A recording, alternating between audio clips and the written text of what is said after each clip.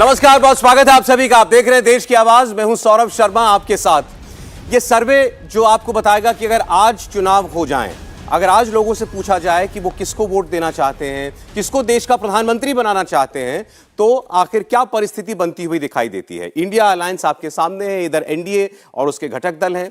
अभी तक हमने आपको जितना सर्वे दिखाया, एक रीकैप हम कर देते हैं और फिर आज इस सर्वे का आखिरी हिस्सा आप तक हम पहुंचाएंगे।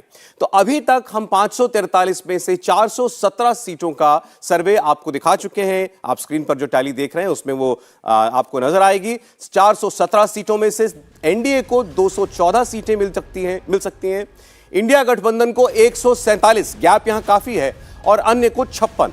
लेकिन अभी भी हाफवे मार्क, यानी जो जादुई आंकड़ा होता है 272 का लोकसभा में सरकार बनाने के लिए, देश की सरकार बनाने के लिए, वहां तक उस दौड़ में अभी फिलहाल एनडीए आगे दिखाई दे रहा है। लेकिन इंडिया गठबंधन क्या वापसी कर सकता है? क्योंकि दो बड़े राज्य आज जिनकी हमें चर्चा करनी है वही तय करते हैं असल मायनों में कि देश में किसकी सरकार बनेगी। हम बात कर रहे हैं 40 लोकसभा सीटों वाले बिहार की और देश का सबसे बड़ा सूबा 80 सीटों वाला उत्तर प्रदेश। आज हम इन्हीं दोनों राज्यों की चर्चा करेंगे। शुरुआत करेंगे बिहार से, लेकिन आपको मेहमानों से हम सबसे पहले मिलवा दें। हर्षवर्धन त्रिपाठी जी हमारे साथ हैं, वरिष्ठ पत्रकार। हर्षवर्धन जी, स्वागत, तालियों के साथ स्वागत कीजिए जरा मेहमानों का। एक और बहुत सीनियर जर्नलिस्ट हमारे देश के राहुल महाजन जी स्टूडियो में। राहुल जी, बहुत स्वागत है, आप पहली बार आए और आज आपके सामने ये हम इस सर्वे का अंतिम डेटा जो है वो रखेंगे। और सर्वे जिन्होंने किया है, सीएनएक्स से हमारे साथ हैं भावेश झा। भावेश, बहुत स्वागत आपका भी। और एक और वरिष्ठ राजनीतिक विश्लेषक और अपने आप खुद भी सिफोलॉजिस्ट भी हैं हमारे साथ, देवेंद्र शुक्ला जी हैं। देवेंद्र, बहुत स्वागत है आपका। अरे मैं बिहार का डेटा रखूं इससे पहले आपको बता देता हूं बिहार में 2019 में क्या हुआ था, जल्दी से आपको बता दें। तब जेडीयू यानी कि नीतीश कुमार बीजेपी के साथ थे, तो 17 सीटें भाजपा जीती, 16 सीटें नीतीश कुमार जीते, 6 सीटें रामविलास पासवान उनकी पार्टी जीती थी। कुल मिलाकर के 40 में से 39 एनडीए के पास थी। इस बार नीतीश कुमार अलग हो चुके हैं। वहां पर बड़ा इंडिया गठबंधन का कई सारी जातियों के नेताओं का गुलदस्ता भी है। तो क्या बिहार में 2019 जैसा करिश्मा इस बार हो सकता है क्या? पहले मैं एक रिएक्शन आपका जानना चाहता हूं, फिर मैं डेटा खोलूंगा आपके सामने। हर्षवर्धन जी। नहीं, मुझे लगता है कि 2019 जैसा करना तो एनडीए के लिए बहुत कठिन है, क्योंकि एनडीए उस तरह का नहीं रहा और बिहार के समीकरण भी बदले हैं। लेकिन एक बात मैं पूरे भरोसे के साथ कह सकता हूं कि भारतीय जनता पार्टी ने जिस तरह के जातीय समीकरण अपने पक्ष में किए हैं, उसमें इतना भी ज्यादा बड़ा बदलाव नहीं होने वाला। यानी ऐसा कुछ नहीं हो जाएगा कि आपको लगेगा कि 40 में से 39 जीती तो एकदम से साफ हो गई। मुझे लगता है कि भारतीय जनता पार्टी बड़ी पार्टी बन के वहां उभरेगी, जो पहले भी थी। हाँ, एनडीए के तौर पर उसको कुछ मुश्किल जरूर हो सकती है। आपने जातीय समीकरण की बात की, कास्ट सर्वे करने वाला और डेटा जारी करने वाला पहला राज्य जो है बिहार बन चुका है। उससे बहुत उम्मीदें हैं इंडिया गठबंधन को, नीतीश कुमार और लालू यादव को। राहुल जी, क्या असेसमेंट है आपकी अभी बिहार को लेकर? देखिए, अगर हम उस तरह से देखें तो इस बार बीजेपी और आरजेडी, माफ कीजिएगा, जेडीयू अलग अलग चुनाव होंगे, अपने अपने उनके गठबंधन होंगे।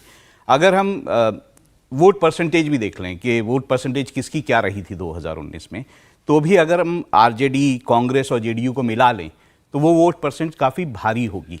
जहाँ तक बीजेपी का सवाल है, तो बीजेपी को वहाँ पर मुश्किलें आ सकती हैं, नुकसान होगा, मुश्किलें आ सकती हैं। क्योंकि एक बात आपको ध्यान रखनी पड़ेगी कि बिहार में जितना भी शहरी इलाका है उसमें बीजेपी की अच्छी खासी पैठ है। लेकिन क्योंकि वो अब गठबंधन में नहीं होंगे, जेडीयू अलग चुनाव लड़ रहा है, वो आरजेडी के साथ होगा, कांग्रेस के साथ होगी, तो उसका असर जो जातीय समीकरण बिहार में है, जो कि आपने देखा कि जिस तरह से जो सर्वे आया, कास्ट सर्वे, वो भी दिखाता है। तो अगर वो जो है जातीय समीकरण चला तो बीजेपी को काफ़ी मुश्किल होगी। इस आज के पहले कमेंट से मैं भावेश को अलग रखूंगा, क्योंकि आपका सर्वे ही दिखाने और डेटा मुझे आपका दिखाना है। देवेंद्र जी, बिहार में 2019 जैसा रिपीट करना परफॉर्मेंस बीजेपी के लिए मुमकिन है क्या? बिहार में मुझे लगता है कि अभी तक जितना हम लोगों ने एनालिसिस की बात की, इसके पहले जो दो कमेंट्स आए राहुल जी और हर्ष जी के, उसमें मैथमेटिक्स पे बड़ा जोर है। लेकिन मेरे विचार से बिहार का जो इलेक्शन है वो मैथमेटिक्स से ज़्यादा पॉलिटिकल केमिस्ट्री पे डिपेंड करेगा। इसको आप दो तरीके से ये समझ लिए कि एक तो बिहार में इस चीज़ पे बहुत कुछ डिपेंड करेगा कि पॉलिटिकल पार्टीज़ का प्रदर्शन क्या है, कि अलायंस में कौन कौन सी पार्टियों को किस किस एरिया की सीटें मिलती हैं। ठीक है। दूसरा ये है कि अभी तक कोई भी इलेक्शन ऐसा नहीं हुआ है कि जहाँ पे पार्लियामेंट्री इलेक्शन कोई भी ऐसा नहीं हुआ है कि जहाँ पे अभी जिन घटक दलों की बात की जा रही है कि वो आपस में मिलके और कॉम्बिनेशन बना के इलेक्शन में चले जाएं। मेरा इशारा जो है वो जेडीयू और आरजेडी की तरफ है। तो अगर वो साथ मिलके भी इलेक्शन में आते हैं तो एक संभावना ये भी हो सकती है कि यूपी 2019 में जब आपने देखा था तो दो ऐसी पार्टियां जिनके बारे में सोचा नहीं जाता था कि वो साथ आएंगी, रीजनल फोर्सेस थे, एसपी और बीएसपी साथ में आई थी। लेकिन जो भी उस समय ये सोचा गया था कि बीजेपी को बहुत बड़ा धक्का लगेगा, वैसा हो नहीं पाया था। लोगों ने ये एक्सपेक्ट किया था कि 50-50 का आंकड़ा आ जाएगा दोनों पार्टियों के बीच में, लेकिन बीजेपी ने लगभग जो है अपना 2014 का ही प्रदर्शन दोहरा दिया गया था। तो मेरा ये मानना है कि बिहार का इलेक्शन बहुत कुछ इस बात पे डिपेंड करेगा कि नरेंद्र मोदी की जो फेस वैल्यू है वो वहां पे पीएम कैंडिडेट के तौर पे क्या किसी और से उसका कंपैरिजन किया जाता है, और क्या वो उसकी कार्ड बन पाते हैं या नहीं। आपके लिए आप ये कह रहे हैं कि सब लोग एक हो गए इंडिया गठबंधन में, सारे सब लोग एक साथ जो है मिलकर लड़ेंगे, इससे ये अंदाजा लगा लेना कि बहुत मुश्किलें आ जाएंगी। अभी शायद वो ठीक नहीं है, जब तक हमें पता न लगे कौन कहां से लड़ रहा है। एक होके मिल गए हैं, ये पॉलिटिकल अर्थमेटिक है। ठीक है। पॉलिटिकल केमिस्ट्री जो है वो डिपेंड करेगी कि कैंडिडेट एक दूसरे को। चले मैं आपके सामने वोट शेयर रख देता हूं। सबसे पहले हमारे इस सर्वे का बिहार में आगे 39 सीटों पर वोट के हिसाब से क्या अनुपात दिखाई देता है, आपके सामने स्क्रीन पर आने जा रहा है डेटा। अब तो बिहार का डेटा वोट शेयर का बता रहा है कि भारतीय जनता पार्टी 35% वोट हासिल कर सकती है, आरजेडी 19%, जेडीयू 17%, ये 36% हो जाता है, और कांग्रेस को 8% वोट, एलजेपी रामविलास 7% वोट, ये चिराग पासवान वाली पार्टी है, इसको 7% वोट मिल सकता है, और अन्य को 14% वोट मिलता हुआ दिखाई दे रहा है। तो 35% वोट भाजपा का, इसमें आप एलजेपी का वोट जोड़ दीजिए तो ये 42% वोट बन जाएगा, और आरजेडी, जेडीयू और कांग्रेस का वोट जो है अगर आप उसको जोड़ देंगे तो 36 और 8 44% वोट आपको मिलता हुआ दिखाई देगा। तो वोट परसेंटेज में इंडिया गठबंधन आपको भारी दिखाई दे रहा है, लेकिन हमने कई बार देखा है कि वोट शेयर जिस तरीके से हमको बटा हुआ दिखाई देता है, जब सीटों की नौबत आती है तो काफी उलटफेर हो जाता है। क्या ऐसा बिहार में हो रहा है? क्या ऐसा हमारे सर्वे में होता हुआ दिखाई दे रहा है? एक क्लैरिफिकेशन दे दूं, इसमें जो अदर्स में है उसमें दो छोटी पार्टियां जो एनडीए के साथ हैं, तो अदर्स वाला वोट भी, हाँ वो एनडीए के साथ, वो भी एनडीए के, तो फिर तो लगभग बराबरी का वोट हो गया, लगभग बराबरी का वोट शेयर है। अदर्स में जो एक पशुपति कुमार पारस की पार्टी है और हम जीतन राम मांझी की पार्टी है, वो दोनों अदर्स में आ रहे हैं, तो वो दोनों एनडीए के साथ है, और उनका एक सर्टेन वोट शेयर है किसी ब्लॉक में, तो वो एनडीए को जाती हुई दिख रही। उपेंद्र कुशवाहा की भी तो पार्टी इसमें, हाँ बिल्कुल, उपेंद्र 3 पार्टी है बिल्कुल।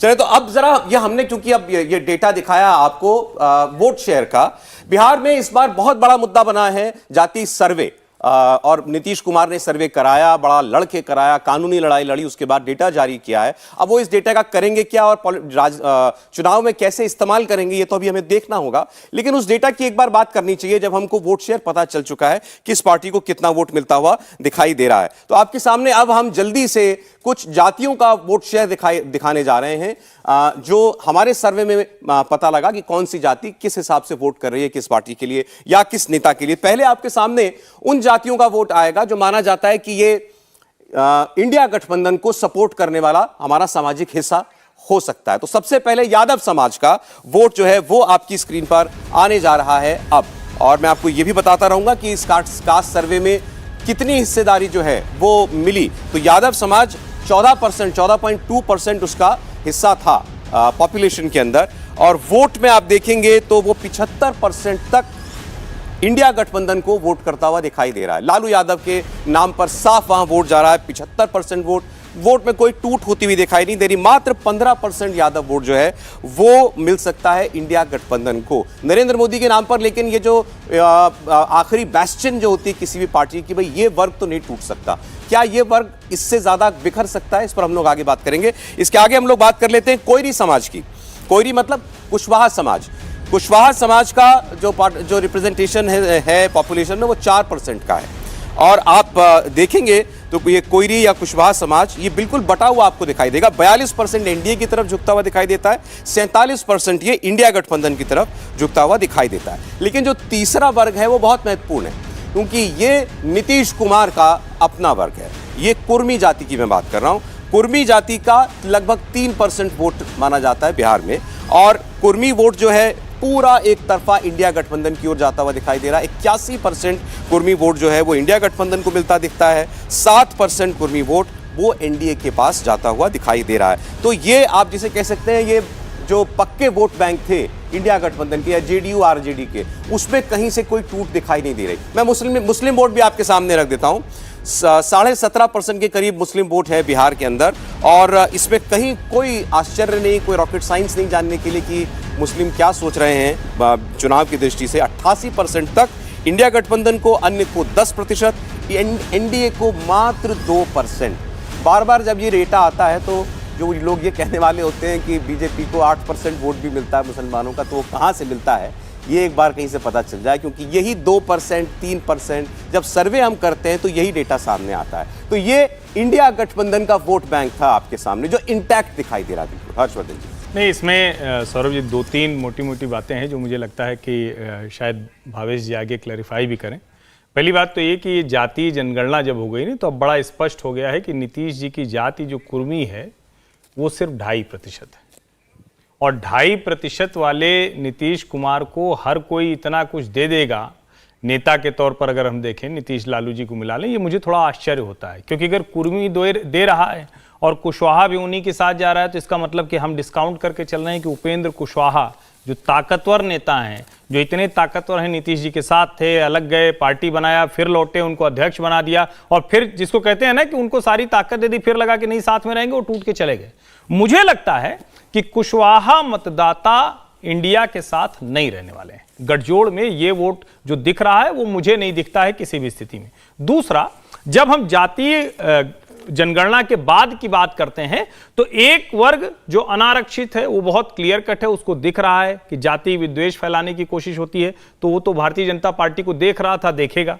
लेकिन जो दूसरा वर्ग है जिसको लगता था कि हमारे नेता तो ये हैं जो सोशल जस्टिस करते थे, अब उनको दिख रहा है 2 ब्लॉक, एक ओबीसी अन्य पिछड़ा वर्ग, एक ईबीसी अत्यंत पिछड़ा वर्ग। वो जो 27 और 36% की लड़ाई है वो मुझे इंडिया गठजोड़ को इतने मतों के साथ जाती हुई नहीं दिखती है, ये मुझे स्पष्ट तौर पर दिख रहा है। और ये अभी वहां आप लोगों से बात कीजिए, पासवान कह रहा है हमारा वोट हमारी जनगणना में मतदाता काट दिए, कुशवाहा कह रहा है हमारे मतदाता काट दिए, भूमिहार तो चिल्ला चिल्ला के कह रहा है कि हमको तो एकदम से आउट कर दिया, हमारा पता ही नहीं है, इतने लोग हमारे घर में थे, कहां गिन के चले, गणक आए कहां और किसको गिन के गए। मुझे लगता है कि ये चीजें चुनाव आते आते असर दिखाएंगी, और ये आंकड़ा जो अभी बहुत ज्यादा वो पूरा का पूरा बंच दिख रहा है, क्योंकि अगर वो बंच दिखेगा तब तो फिर कोई चुनाव ही नहीं। इंडिया गठबंधन का बंच है। अभी अब मैं आपके सामने अभी एनडीए का भी दिखाऊंगा कि एनडीए का जो अपना पक्का वोट बैंक है, क्या उसमें कहीं कोई सेंधमारी हो रही है नहीं। लेकिन आपने सवाल किया तो भावेश का क्लैरिफिकेशन आ जाए कुशवाहा वोट को लेकर कि उनको नहीं लगता कि जितना जैसा आपने लगभग आधा आधा बटा हुआ दिखाया वो होगा।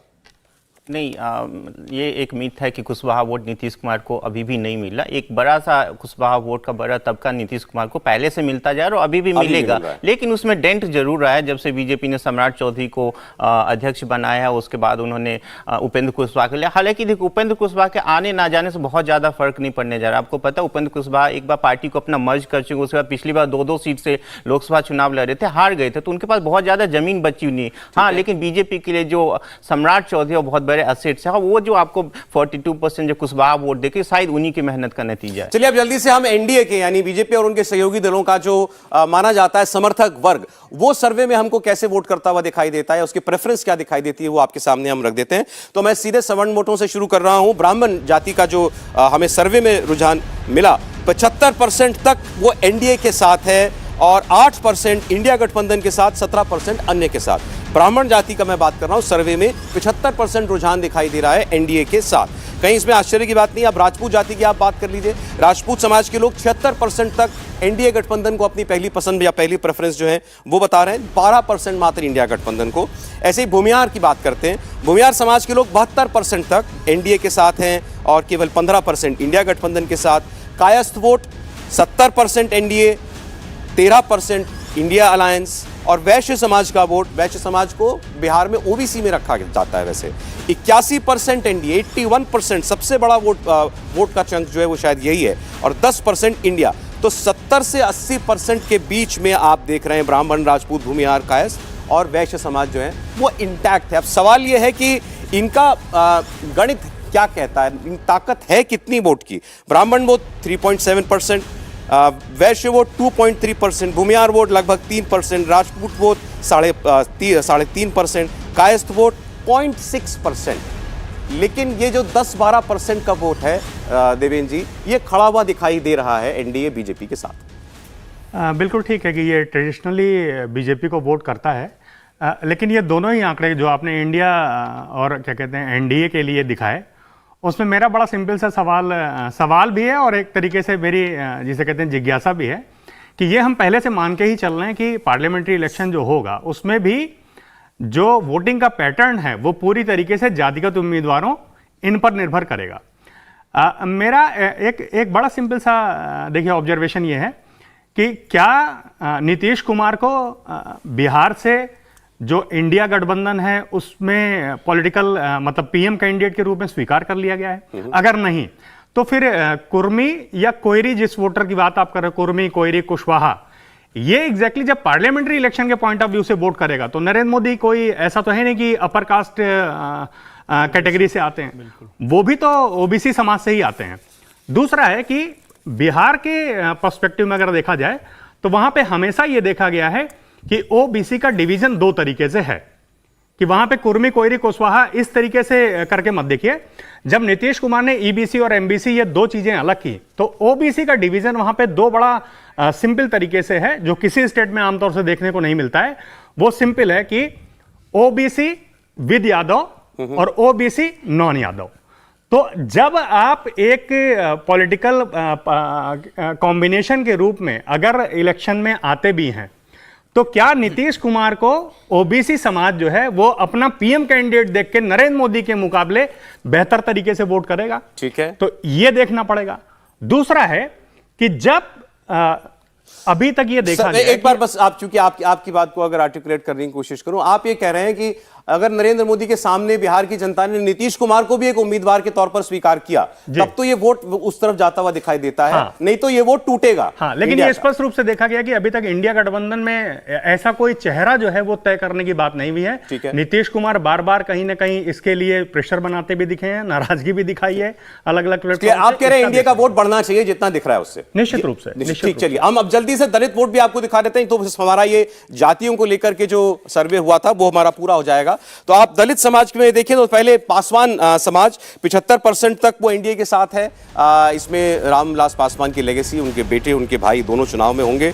इसके अलावा दलित रविदास वो 46% एनडीए 33% इंडिया, और दलित मुसाहर जिससे आते हैं पूर्व मुख्यमंत्री जीतन राम मांझी, उनका समाज जो है 65% एनडीए के साथ है और 19% इंडिया गठबंधन के साथ है। तो इसमें आप देखिए 65 से 70% जो दलित वोट है वो खुल करके ऐसा लगता है कि वो एनडीए के साथ जाता हुआ हमको दिखाई देगा। क्योंकि हमें एक ब्रेक भी लेना पड़ेगा, उस समय चाहता हूं, हमने जितनी अभी बात की है, क्या हमारी ऑडियंस में बिहार से कोई लोग हैं? जी, तो आप, एक सवाल यहां से ये भी आया था, क्या नीतीश कुमार को बिहार के लोग उम्मीदवार के तौर पर देखते हैं प्रधानमंत्री के? नमस्कार सर, मेरा नाम आदित्य है, जर्नलिज्म का छात्र हूँ। आपने जैसे पूछा कि बिहार के मुख्यमंत्री पीएम कैंडिडेट के रूप में, मुझे नहीं लगता। क्यों? सर वो इंडिया गठबंधन के, उन्होंने इंडिया गठबंधन में अपना भागीदारी दिखाई है। उनका ही कहना है कि जिसकी जितनी भागीदारी उसकी उतनी जिम्मेदारी। उनका खुद का वोट परसेंटेज 3% है, उनकी पॉपुलेशन सिर्फ 3% है और बिहार के सीएम है और काफ़ी समय से सीएम है। तो ये बात जो कहते हैं वो नहीं हो पाता। और फिर वो पहले कैंडिडेट पीएम के रूप में देखे जा रहे थे और दिल्ली आ रहे थे। ये भी कुछ कहना चाह रहे हैं? दीदी माइक। जी नमस्कार सर, मेरा नाम आयुष है। उनके दल बदलू नेचर के कारण। अच्छा, एक पर्टिकुलर पार्टी में फिक्स नहीं रहते, अपनी विचारधारा पे वो सीमित नहीं रहते, कभी इसमें जाते हैं कभी इसमें जाते हैं। तो आई थिंक एक पीएम कैंडिडेट के लिए वो चीज़ सही नहीं है। हाँ जी सर। कहाँ से आप? बिहार में सुपौल से, और मैं पटना में रहता हूँ। पटना में रहता। आप कहाँ से हैं? मुजफ्फरपुर से हैं। राहुल जी, राय बड़ी साफ है और ये तो नौजवान है। मैं दूसरी तरह से इसको एक देखता हूँ। देखिए, कोई गठबंधन किस तरह से अपने वोटर्स को देख रहा है या वोट बैंक को देख रहा है, उसकी एक बड़ी झलक होती है कैबिनेट कैसी है। अगर हम नीतीश सरकार की कैबिनेट की तरफ ध्यान दें तो हम देखेंगे 8 जो पद हैं वो यादव्स के पास हैं, ठीक है। उसके बाद 5 मुस्लिम्स के पास हैं, उसके बाद 5 पद जो हैं वो शेड्यूल कास्ट कैंडिडेट्स के पास हैं। इसी तरह से अगर हम जो अगड़ी जातियाँ आप बोलते हैं, 2 पद जो हैं राजपूत के पास हैं, 1 भूमिहार के पास है, 1 ब्राह्मण के पास है और 6 दलित के पास है। तो इससे बहुत कुछ राजनीति साफ होती है कि वो क्या करना चाहते हैं, वो किस तरह से देखते हैं इसको, क्योंकि रिप्रेजेंटेशन उन्होंने अपने कैबिनेट में दिया है और वो अपने वोट बैंक को उसी तरह से देखते हैं जैसे वो कैबिनेट बनाते हैं। ठीक है, तो उससे बहुत साफ हो जाता है वो किन वोटों की तरफ देख रहे हैं या किसकी तरफ देख रहे हैं। एक बात बहुत साफ है जो हमारे एक सहयोगी ने भी कही कि वोट किस पे होगा, क्या वोट जो है प्रधानमंत्री के चेहरे पे होगा या प्रधानमंत्री कौन बनना है, किसको बनाया जाना उस पे होगा। अगर ये बात आई और इस तरह से वोट हुआ तो जरूर एनडीए जो है पूरी तरह से स्वीप करेगा। बिल्कुल, अगर क्योंकि नरेंद्र मोदी के काम और उनकी छवि ये दोनों ही ऐसी चीजें हैं जो कि लोगों को लुभाता है, लोगों को पसंद है। लेकिन अगर जातीय समीकरण के हिसाब से वोट हुआ तो एनडीए मुश्किल में आएगा। चलें सर, ठीक। अभी तक हमने वोट परसेंटेज की बात की, जातियों का वोट किधर जा सकता है उसकी चर्चा की।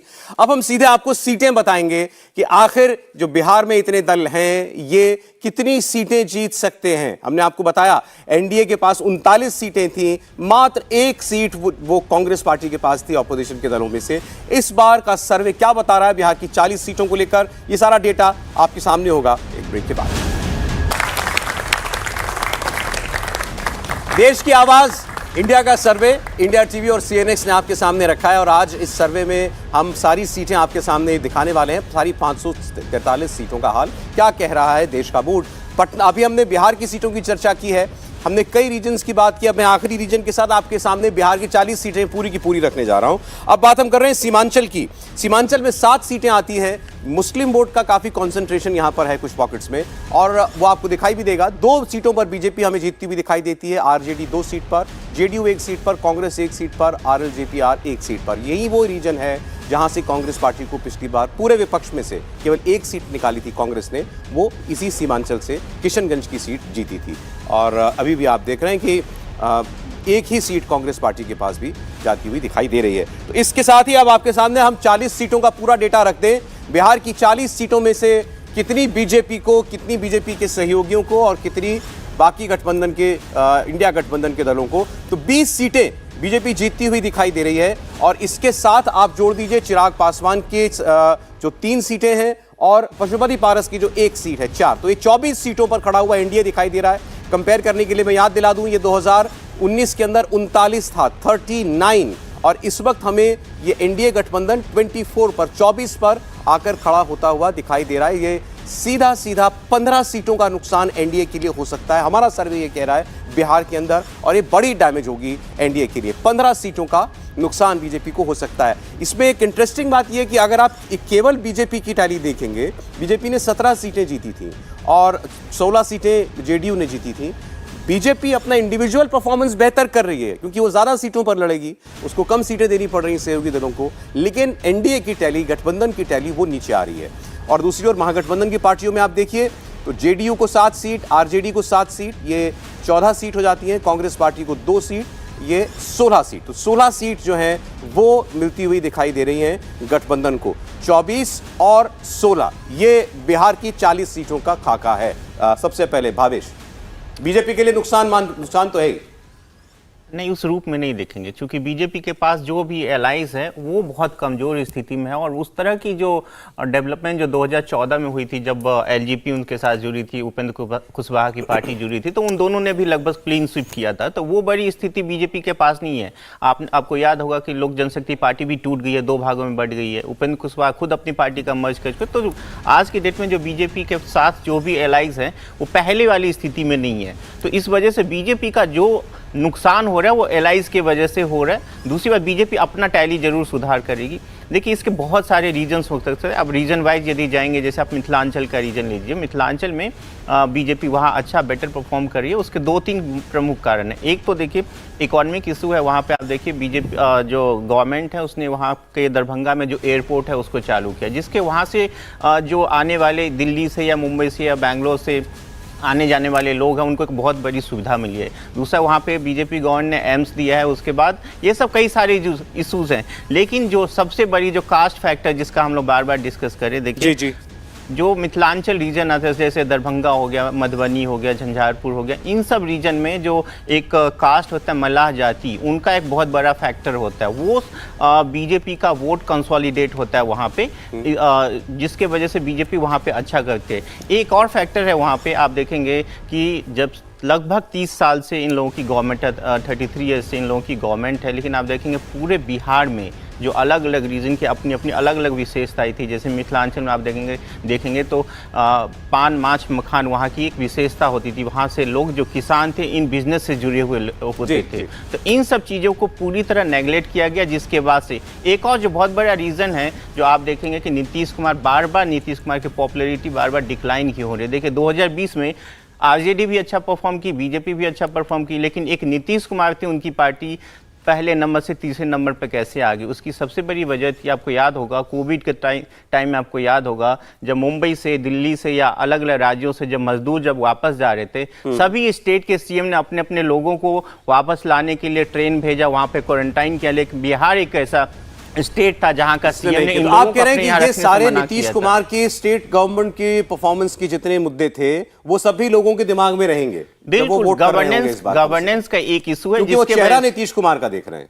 बिल्कुल, आप देखेंगे जैसे देखिए बिहार के संदर्भ में आप देखेंगे जो भी आपको नीतीश कुमार की टैली जो भी दिख रही 7 सीटों का 16 से 7 पे आई, ये भी एक फैक्टर बहुत 16 से 7 आई है, 9 सीटों का नुकसान हो रहा है बीजेपी से अलग होने के बाद जेडीयू को, ये बड़ी बात है। बिल्कुल, 16 से 7 पे आने का एक बहुत बड़ा रीजन ये भी है कि उनकी पॉपुलैरिटी बार बार घट रही है। देखिए इस डेटा को 2 तरीके से देखा जा सकता है। बीजेपी ने अपनी टैली बढ़ाई, 3 सीटें ज्यादा जीत सकती है, जेडीयू को 9 सीटों का सीधा सीधा नुकसान हो रहा है। लेकिन अगर आप गठबंधन के तौर पर देखेंगे तो एनडीए को 15 सीटों का नुकसान और वो सीधी बढ़त जो है वो आपको इंडिया अलायंस के साथ जाती हुई दिखाई दे रही है। आप मानते हैं कि ये डेटा कुछ रियलिस्टिक आपको लग रहा है हर्षवर्धन जी? नहीं, मुझे लगता है कि जो ये आंकड़ा है वो लगभग बिहार की जो भ्रम वाली स्थिति है उसको थोड़ा सा साफ करता दिखता है। भारतीय जनता पार्टी के पास सबसे बड़ा मतदाता समूह है, भारतीय जनता पार्टी का सबसे ज्यादा डिलीवरी मैकेनिज्म है। आप सोचिए कि बिहार में बार बार बात होती है जाति जनगणना करा देंगे, जाति पहचान लेंगे, और अगर रेलवे की तरफ से केंद्रीय रेलवे का सबसे बड़ा 12,000 करोड़ के निवेश वाला कारखाना न लगता तो कोई बिहार में बड़ा निवेश नहीं हुआ है। अगर नेशनल हाईवे ऑफ इंडिया, राष्ट्रीय राजमार्ग की तरफ से आप देखें सड़कें न हो तो कोई ऐसी आपको बढ़िया, जो कहते हैं कि स्टेट हाईवे की कोई बहुत बड़ी सड़क नहीं दिखेगी। अगर आप कहें कि जो प्रोजेक्ट के तौर पर कहें कि कौन कौन से प्रोजेक्ट हैं तो वो सेंट्रल गवर्नमेंट के प्रोजेक्ट आपको जाते हुए दिखते हैं। और वहां पर नीतीश कुमार का वो वाला दावा जो सुशासन बाबू, जो हर एक को हम डिलीवरी करेंगे, जातियां पिछड़ गई हैं, वो वाला नैरेटिव थोड़ा सा खोखला दिखता है, नंबर 1। नंबर 2 ये कि जिन जातियों को हम बार बार कह रहे हैं कि बीजेपी के पार्टनर बड़े हल्के हैं, हल्के मतलब मतदाता कम जुटा पा रहे हैं, उनको अगर आप ध्यान से देखिए तो आज की तारीख में वही वो जातियां हैं जिनको अपना हक लेना है, जिनको अपना अधिकार लेना है। और मेरा यह मानना है कि अब जो भी चुनाव होगा, क्योंकि सबसे पहले लोकसभा का ही चुनाव होना है, उसमें वो जातियां सबसे ज्यादा मुखर होने वाली हैं जिनको हम ईबीसी कह रहे हैं। इन ईबीसी जातियों की पहचान नीतीश कुमार ने ही भारतीय जनता पार्टी की 90 के मंडल के बाद भारतीय जनता पार्टी ने जो सोशल इंजीनियरिंग की पॉलिटिक्स की थी उसी को आगे बढ़ाया था और भारतीय जनता पार्टी के साथ रहते हुए ही बढ़ाया था। तब उनको यादव के मुकाबले कुर्मी का भी अधिकार चाहिए था। आज यादव कुर्मी के अधिकार के मुकाबले जो नीचे की जातियां हैं उनको अपना अधिकार चाहिए। इसलिए मुझे इसमें आंकड़े में बहुत फर्क नहीं दिखता है, बल्कि यह जरूर दिखता है कि अगर समीकरण थोड़ा सा, जिसको हम कहते हैं कि रिएक्शन वाला बदला, तो हो सकता है कि एनडीए का आंकड़ा भी कुछ बढ़ जाए। एनडीए के आंकड़े के बढ़ने के आसार है। राहुल जी देखिए, मैं पहले भी बोल चुका हूं कि चुनाव किस इशू पे होता है इस पे डिपेंड करेगा। अगर चुनाव जो है जातीय समीकरणों पे हुआ तो बहुत अलग बात होगी, लेकिन हम जिस तरह से बीजेपी को देखते हैं, मैं थोड़ा सा इसको इलैबोरेट कर आपने जो बात अभी कही, मैं कहता हूं पहले इसी पर मैं इसको थोड़ा सा इलैबोरेट किस मुद्दे पर चुनाव होगा? एक तरफ नरेंद्र मोदी वोट मांग रहे होंगे, दूसरी तरफ सारे दल खड़े होंगे। मोदी जी वोट मांगेंगे अपने काम पर। आपको डायरेक्ट बेनिफिट मिल रहा है, आपको फ्री राशन जो मिला उसकी बात होगी, जिस तरह से विकास की बात की जा रही है, जो स्कीम्स सेंटर की हैं जो बेनिफिट कर रही हैं, इस पे होगा।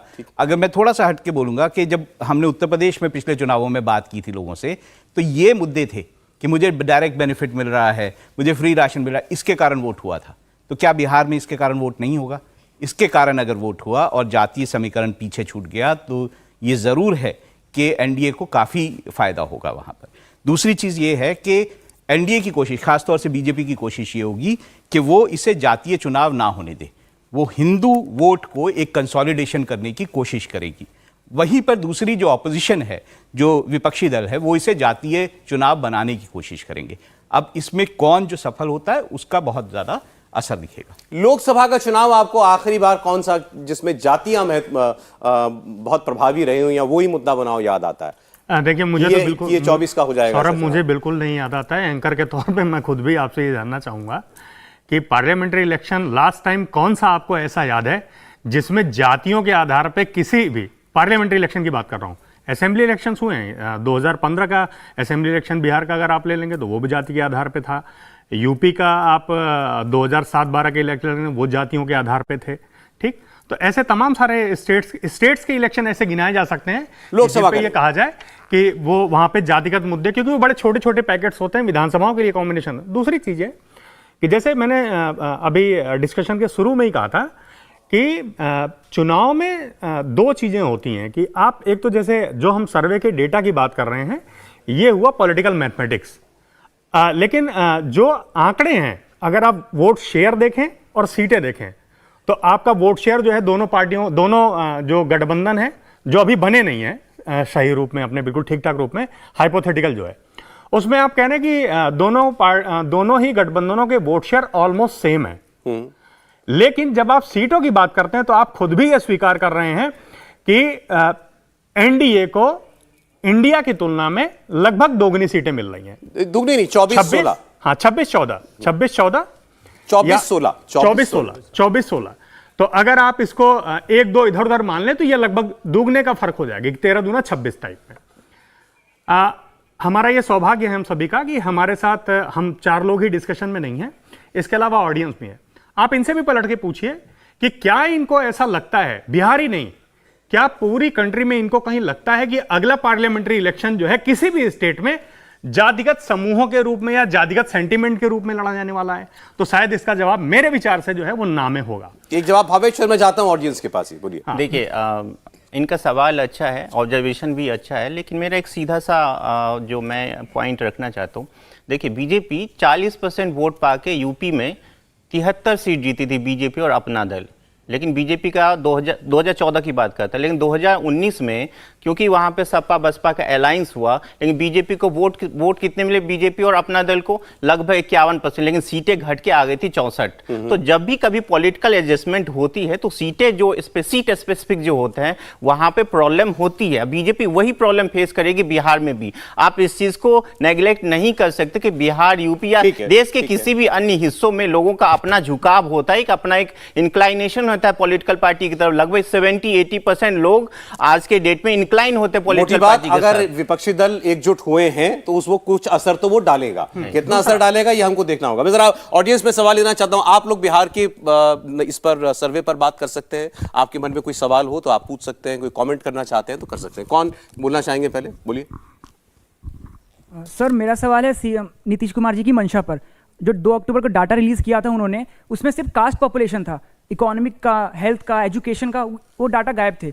और दूसरा सवाल ये है कि राहुल गांधी जी ने भी कहा कि हमारी सरकार केंद्र में आती है तो हम कास्ट सर्वे कराएंगे नेशनल लेवल पे। तो क्या जो राजनीति है ये नया रूप बदल रही है? पहले हिंदू मुस्लिम हुआ, अब हिंदू में भी कैटेगरी बांटा जा रहा है। बड़े बड़े नेता कह रहे हैं कि हम कास्ट सर्वे कराएंगे पूरे देश भर में। तो क्या हमारी यूनिटी को एक सवाल उठता है इसके ऊपर? नहीं, ये आप बहुत अच्छा सवाल पूछा आपने। राहुल जी आज हमारे बीच में बड़े बड़े लोगों से मिलते हैं। राहुल जी बताएंगे ये नेता लोग इस सर्वे का करेंगे क्या, सर्वे का डेटा का क्या करेंगे उपयोग? देखिए, इसमें रिजर्वेशन की बात बाद में लगता है कि आएगी, लेकिन मैं जैसे ये बोल रहे थे कि जो बांटने की कोशिश, मैंने भी ये कहा कि बीजेपी की कोशिश होगी कि हिंदू वोट ना बटे, ये उनकी कोर कोशिश होगी। और जो विपक्षी जो एक गठबंधन बना है, क्योंकि उनके वोट उस तरह से हैं, यादव, मुस्लिम, ओबीसी, इस तरह से वोट उनके हैं, तो वो ये कोशिश करेंगे कि ये जो पूरा हिंदू समाज है वो कहीं ना कहीं जातिगत मामले पैमाने पर बढ़ जाए और वो वोट उस तरह से करे जिस तरह से जातिगत वोट होता है। तो ये कोशिशें दोनों तरफ से होंगी। अब ये कोशिश किसकी सफल होती है उस पर बहुत कुछ चुनाव निर्भर करेगा। और कोई? इनको दीजिए भाई। सबको नमस्ते, मेरा नाम अरहान है, मैं IITM का जर्नलिज्म का स्टूडेंट हूँ। सर मेरा क्वेश्चन आपसे, भावेश सर या फिर सबसे है कि इवन मैंने सर्वे देखे आपके कि आपने सबका पोल निकाला, बट यहाँ पर मेरे को एक नेग्लिजेंस दिखती है, क्योंकि टू बी वेरी ऑनेस्ट मैं न्यूज़ में इतना नहीं हूँ, बट कोर ओवर जनरल में ये दिखता है कि क्रिश्चियन पीपल को बहुत ही नेग्लिजेंस उससे देखा जाता है और सर्वे भी नहीं ले जाता। यहाँ पर सारी माइनॉरिटीज़ हमें मेंशन दिख रही है, इवन मुस्लिम हमें मेंशन दिख रहे हैं, बट यहाँ पर हमें क्रिश्चियंस कहीं पर भी नहीं दिख रहे। इवन नॉर्थ ईस्ट में जो ऐसा आपको क्यों लग रहा है? ऐसा नहीं है। ऐसा देखिए, मैं आपको इस, क्योंकि आज इस सर्वे की बात हो रही है, हालांकि इस सर्वे का हिस्सा नहीं था ये। जो बात हमने जातियों की उसमें मैंने मुस्लिम वर्ग का डेटा भी बताया, क्योंकि उसकी तादाद है, इंपॉर्टेंट है, और वो वोट भी बड़ा इंपॉर्टेंट तरीके से करते हैं।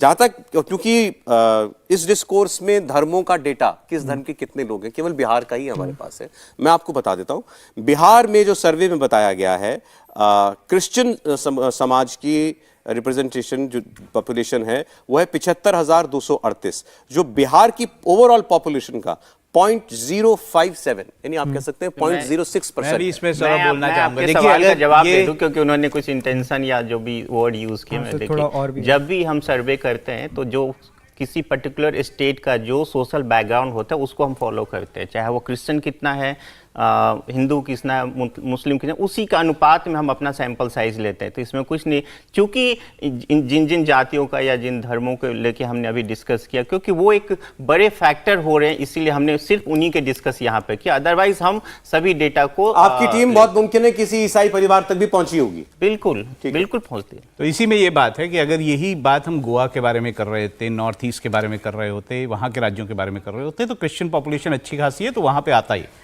यादव पॉपुलेशन का कोई यादव पॉपुलेशन का कोई जिक्र नहीं है ना, तो वहां बिहार में आपको यादव नजर नहीं आएंगे। गोवा में कोई ये नहीं कह सकता कि आप यादव पॉपुलेशन का जिक्र क्यों नहीं कर रहे हैं। नॉर्थ ईस्ट में जाएंगे तो वहां बहुत ज्यादा बात होगी। बिल्कुल। तो बेसिकली जो चुनाव में जिस भी समाज का ज्यादा असर प्रभाव पड़ता है, चुनाव की इलेक्शन तो वोट का है ना, उसके बारे में चर्चा ज्यादा होती है। लेकिन आपकी बात ठीक है कि सब बराबर हैं और सबका महत्व भी बराबर है। आगे बढ़ते हुए देखिए, 457 सीटों का सर्वे आपके सामने हम लोग रख चुके हैं।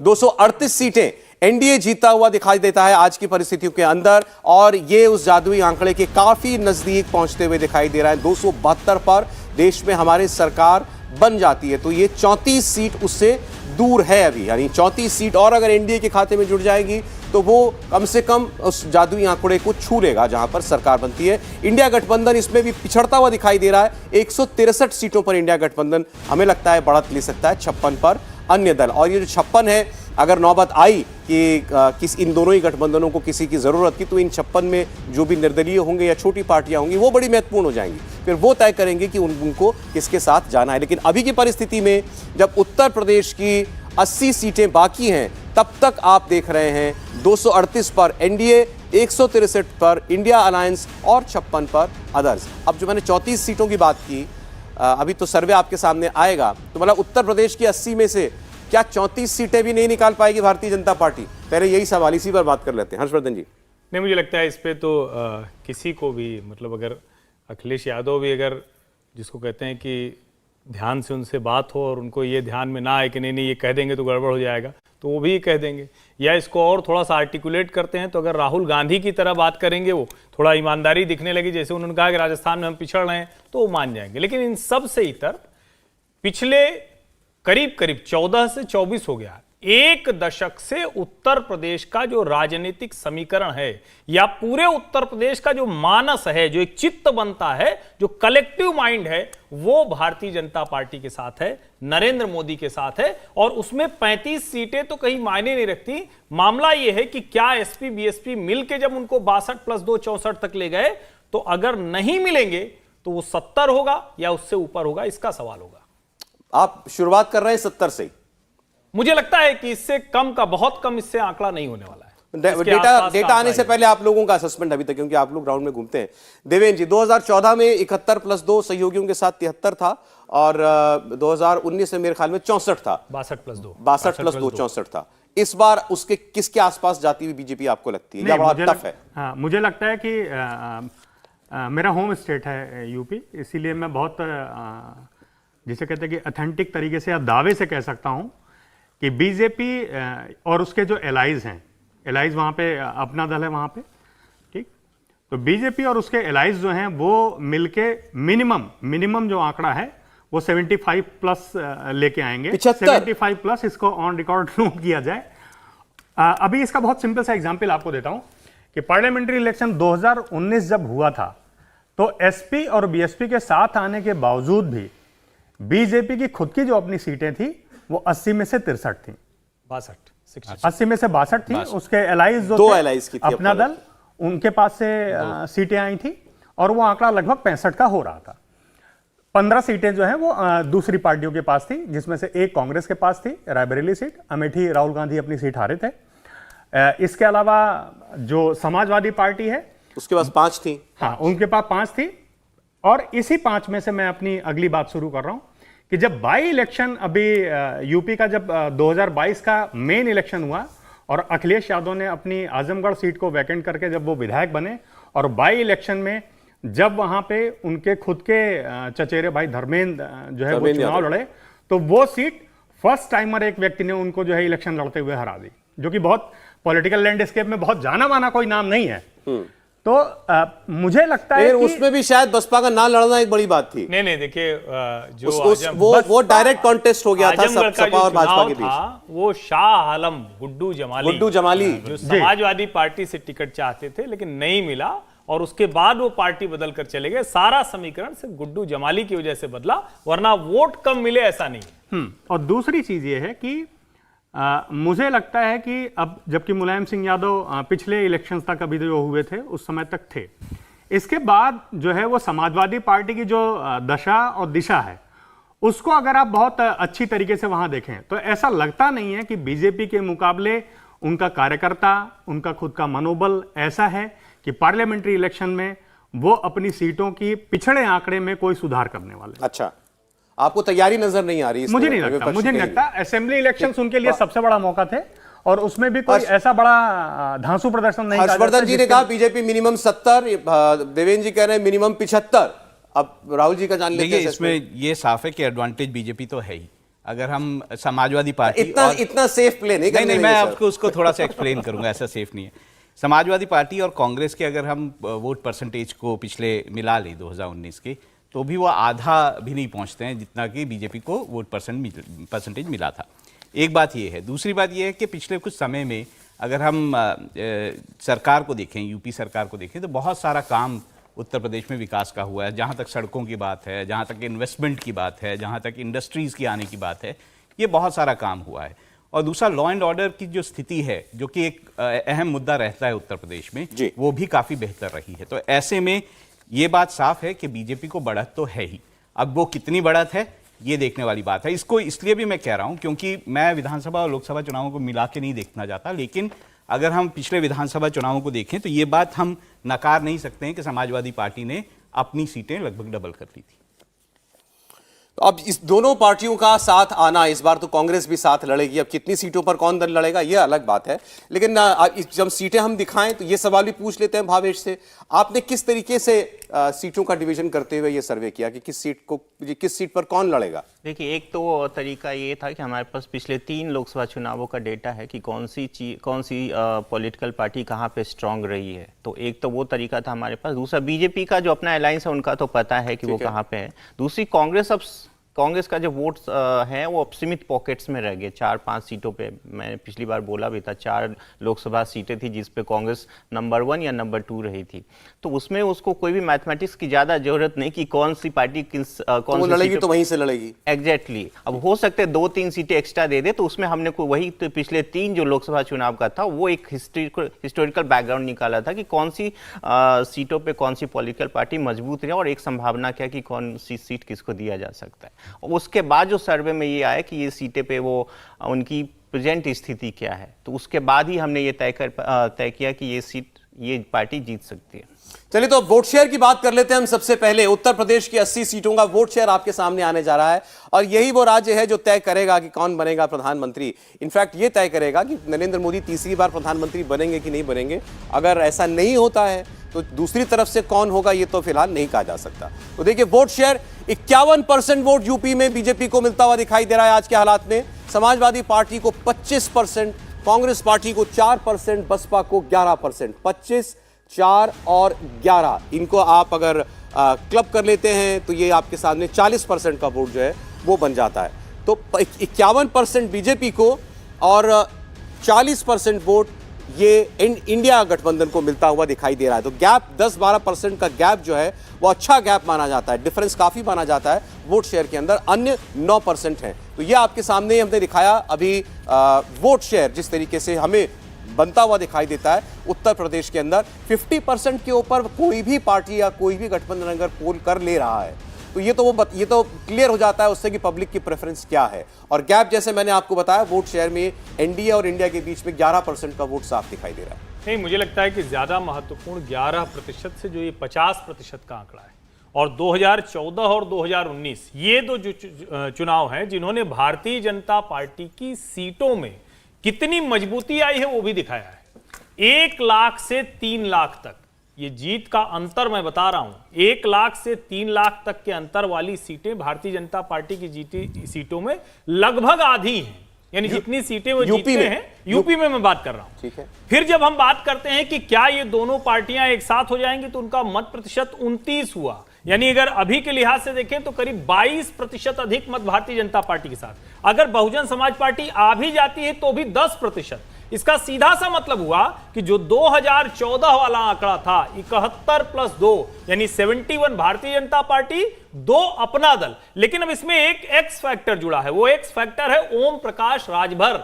जब उनके साथ जुड़कर यह आंकड़ा आता है तो यह आंकड़ा निश्चित तौर पर 75 की तरफ जाता हुआ दिखता है। अब वो मैनपुरी, आजमगढ़, रामपुर रिटेन करेंगे, भारतीय जनता पार्टी कोई और नया समीकरण बनेगा, बसपा का वहां एक्स फैक्टर काम करेगा, वो कुछ माइनस करेगा और फिर जीत जाएंगे।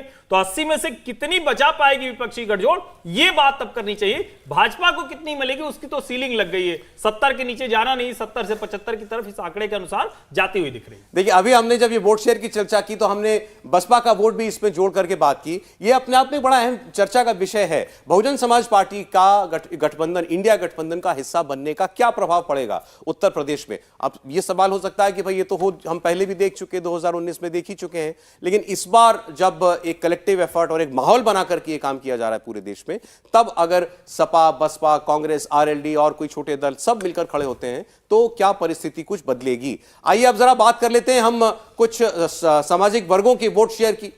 तो इन 80 सीटों में मुस्लिम वोट जो है वो किस तरीके से वोट करता हुआ दिखाई देता है आपके सामने मैं रखने जा रहा हूं। एनडीए को केवल 3%, ये वही बिहार वाला ही डेटा है, लगभग 3% वोट केवल बीजेपी को मुस्लिम समाज से मिलता हुआ दिखाई देता है। इसके अलावा इंडिया गठबंधन की पार्टियों को 78% मुस्लिम वोट जा सकता है, बसपा को 11% मुस्लिम वोट मिल रहा है और अन्य को 8। तो बहुजन समाज पार्टी अगर अलग लड़ रही है, कम से कम मुस्लिम वोट जो है वो मछली की आंख दिख रही है उसको, वो हमें डिवाइड होता हुआ खास नहीं दिखाई दे रहा। 78% तक, लगभग 80% वोट इंडिया गठबंधन को। बहन जी अलग भी चुनाव लड़ें तो लेकिन मुस्लिम वोट टूटेगा ऐसा नहीं दिखता। देखिए 2-3 चीज़ें मैं कहना चाहूँगा यहाँ पे। देखिए ऐसा नहीं है कि भाजपा जो है वो उसको ये लग रहा है कि एकदम क्लीन स्वीप होगा या एकदम साफ साफ चले जाएंगे। अगर ऐसा होता तो 2-3 जो बीच में चीज़ें की गई हैं, जो फैसले लिए गए हैं, ऐसा नहीं होता। अपना ज़िला प्रेसिडेंट 70% ज़िला प्रेसिडेंट्स को बदलना, ये बीजेपी ने किया। दूसरी तरफ बीजेपी जो है दलित वोटों की तरफ बेहद कोशिश कर रही है। वहाँ दलित सम्मेलन हो, दलित कॉन्फ्रेंस हो, भीम कॉन्फ्रेंसेस हों, ये सारा कुछ किया जा रहा है ताकि दलित वोट जो है वो बीजेपी के साथ रहे और आए ज़्यादा से ज़्यादा। अगर ऐसा नहीं होता तो अगर ये सारी चीज़ें इसीलिए की जा रही हैं, और ये सिर्फ इसी पार्टी की तरफ से नहीं किया जा रहा, समाजवादी पार्टी भी इसी तरफ कर रही है। और अगर हम कांग्रेस को देखें तो वो भी एक यात्रा शुरू कर रही है, दलित जो है संवाद अभियान जो है वो शुरू कर रही है। तो सारी पार्टियां इस वक्त दलित वोटों की तरफ लगी हुई हैं उत्तर प्रदेश में। और अगर ये इंपॉर्टेंट नहीं होता, जैसे मेरे एक सहयोगी ने कहा कि लोकसभा चुनाव में शायद जातीय समीकरण इतना इंपॉर्टेंट नहीं होता, अगर ये नहीं होता तो ये पार्टियां ये नहीं कर रही होती। तो इसीलिए मैं कह रहा हूं कि वहां पर जिस तरह की चीजें हो रही है वो देखने लगे। अभी हम मुस्लिम वोट की बात कर रहे थे। मुस्लिम वोट सीधा सीधा एक मुश्त हमको जाता हुआ साफ दिखाई दे रहा है इंडिया गठबंधन की तरफ। बसपा अलग भी लड़े तब भी छिटक नहीं रहा है। ये इंडिया गठबंधन के लिए अच्छी खबर है।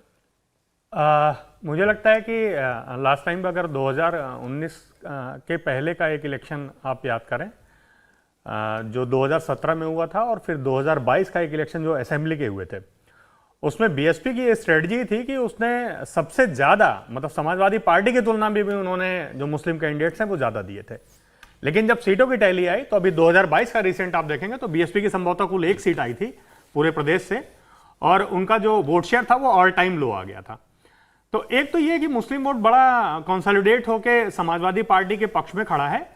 कांग्रेस कोई ऐसा फैक्टर नहीं है। कांग्रेस जो है लास्ट टाइम अलायंस में सपा के नहीं थी, लेकिन अघोषित रूप में अलायंस में इस तरीके से थी कि जिन 2 सीटों पर वो लड़ रही थी, रायबरेली और अमेठी की, उन 2 सीटों पे जो है वो सीधे सीधे समाजवादी पार्टी ने नहीं, आपको लगता है वो परिस्थिति बदली नहीं? अब तो बड़ी चर्चा है कि राहुल गांधी के पीछे जो है माइनॉरिटी वोट खड़ा हो गया है, उनको अपना लीडर देख रहा है। नहीं, अगर राहुल गांधी के पीछे मायावती का वोट खड़ा हो गया या ऐसी कोई चर्चा है तो उन्हें अमेठी या कोई भी एससी वोट से, एससी सीट से तो वो लड़ नहीं सकते। माइनॉरिटी वोट नहीं, माइनॉरिटी वोट ठीक है कि माइनॉरिटी वोट के लिए आपके पास कैंडिडेट भी होना चाहिए, और समाजवादी पार्टी के खिलाफ तो आप कैंडिडेट नहीं देंगे। तो ये तो तय है कि मायावती को जो 11% वोट आप दिखा रहे हैं, मैं तो कह रहा हूं उतना भी वोट नहीं आना है। अच्छा, बल्कि आप 88 या 90% वोट मान लीजिए कि इंडिया गठबंधन का, लेकिन मुस्लिम पॉपुलेशन जो है या मुस्लिम वोटर पॉपुलेशन जो यूपी में है वो 16, 17, 18% ही है। तो अगर वो कंसोलिडेट होकर इनके पीछे खड़ी भी होती है तो ऐसा थोड़ा है कि ये 30% का आंकड़ा जो है वो क्रॉस करने जा रहा है। तो अंतर लेकिन कई सीटों पर, कई सीटें ऐसी हैं जहां 30%, कहीं 40% तक भी यूपी में भी असर है। हाँ। तो उन सीटों पर, जैसे आप ही ने जिक्र किया अभी आजमगढ़ की सीट का जी, तो वहां पर प्रभाव पड़ता है। देखिए, पार्लियामेंट्री इलेक्शन, मैंने फिर कहा कि पार्लियामेंट्री इलेक्शन में जो पार्लियामेंट्री सीट होती है वो एक लोकसभा सीट यूपी में आमतौर से 5 विधानसभाओं से मिलकर बनती है।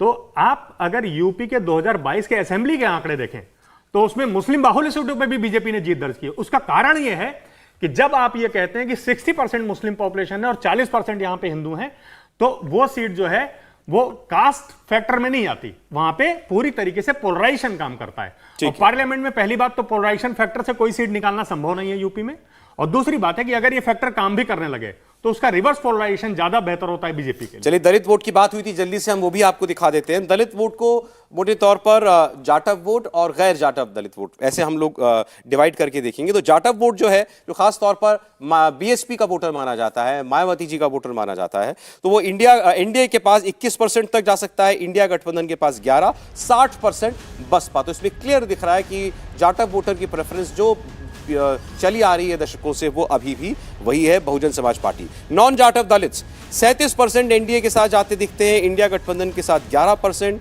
47% यहां भी बहुजन समाज पार्टी के पास। लेकिन इसमें कुछ हिस्सा जो है वो जरूर एनडीए या बीजेपी उस पर अपनी पकड़ बनाने में कामयाब हुई है। इसके अलावा आ जाइए अब सवर्ण, कुछ अगली जातियों के वोट पर। Brahmin vote 71% Bhajpa, 12% India alliance, 5% Baspa. Thakur vote, हमने ब्राह्मण वोट दिखाया अभी। Brahmin vote 71% India, 12% NDA, 12% India alliance, 5% Baspa. और इसके बाद ठाकुर वोट की बात करेंगे तो ये 82% एनडीए के साथ जाता हुआ दिखता है। इंडिया गठबंधन के साथ केवल 7% ठाकुर वोट जाता हुआ दिखाई देता है। राजभर वोट, जिसकी अभी बात हुई थी पीछे, 77% तक राजभर वोट एनडीए के साथ खड़ा हुआ दिखाई दे रहा है, केवल 15% दूसरी ओर जाता हुआ। ये बड़ा इंपॉर्टेंट है, और ये कितनी सीटों पर इसका असर होगा इस पर हम लोग बात करेंगे। निषाद वोट, ये भी एलाए हैं बीजेपी के, एनडीए के साथ ही हैं। निषाद वोट 69%, 70% लगभग एनडीए के साथ है, 22% इंडिया गठबंधन के साथ है। जाट वोट काफ़ी इंपॉर्टेंट है, खासकर वेस्ट यूपी में, 40% एनडीए, 56% इंडिया अलायंस। तो इस पर भी बात होगी। जाट वोट अभी भी बहुतायत में आधे से ज़्यादा जो है वो इंडिया गठबंधन को पसंद कर रहा है। वैश्य vote 76%, NDA 13%, India alliance. Kurmi vote 68%, NDA 19%, India alliance. Maurya vote 55%, NDA 25%, India गठबंधन। इसमें से किसमें आपको, हर्षवर्धन जी, कहीं कोई आश्चर्य लगा हो?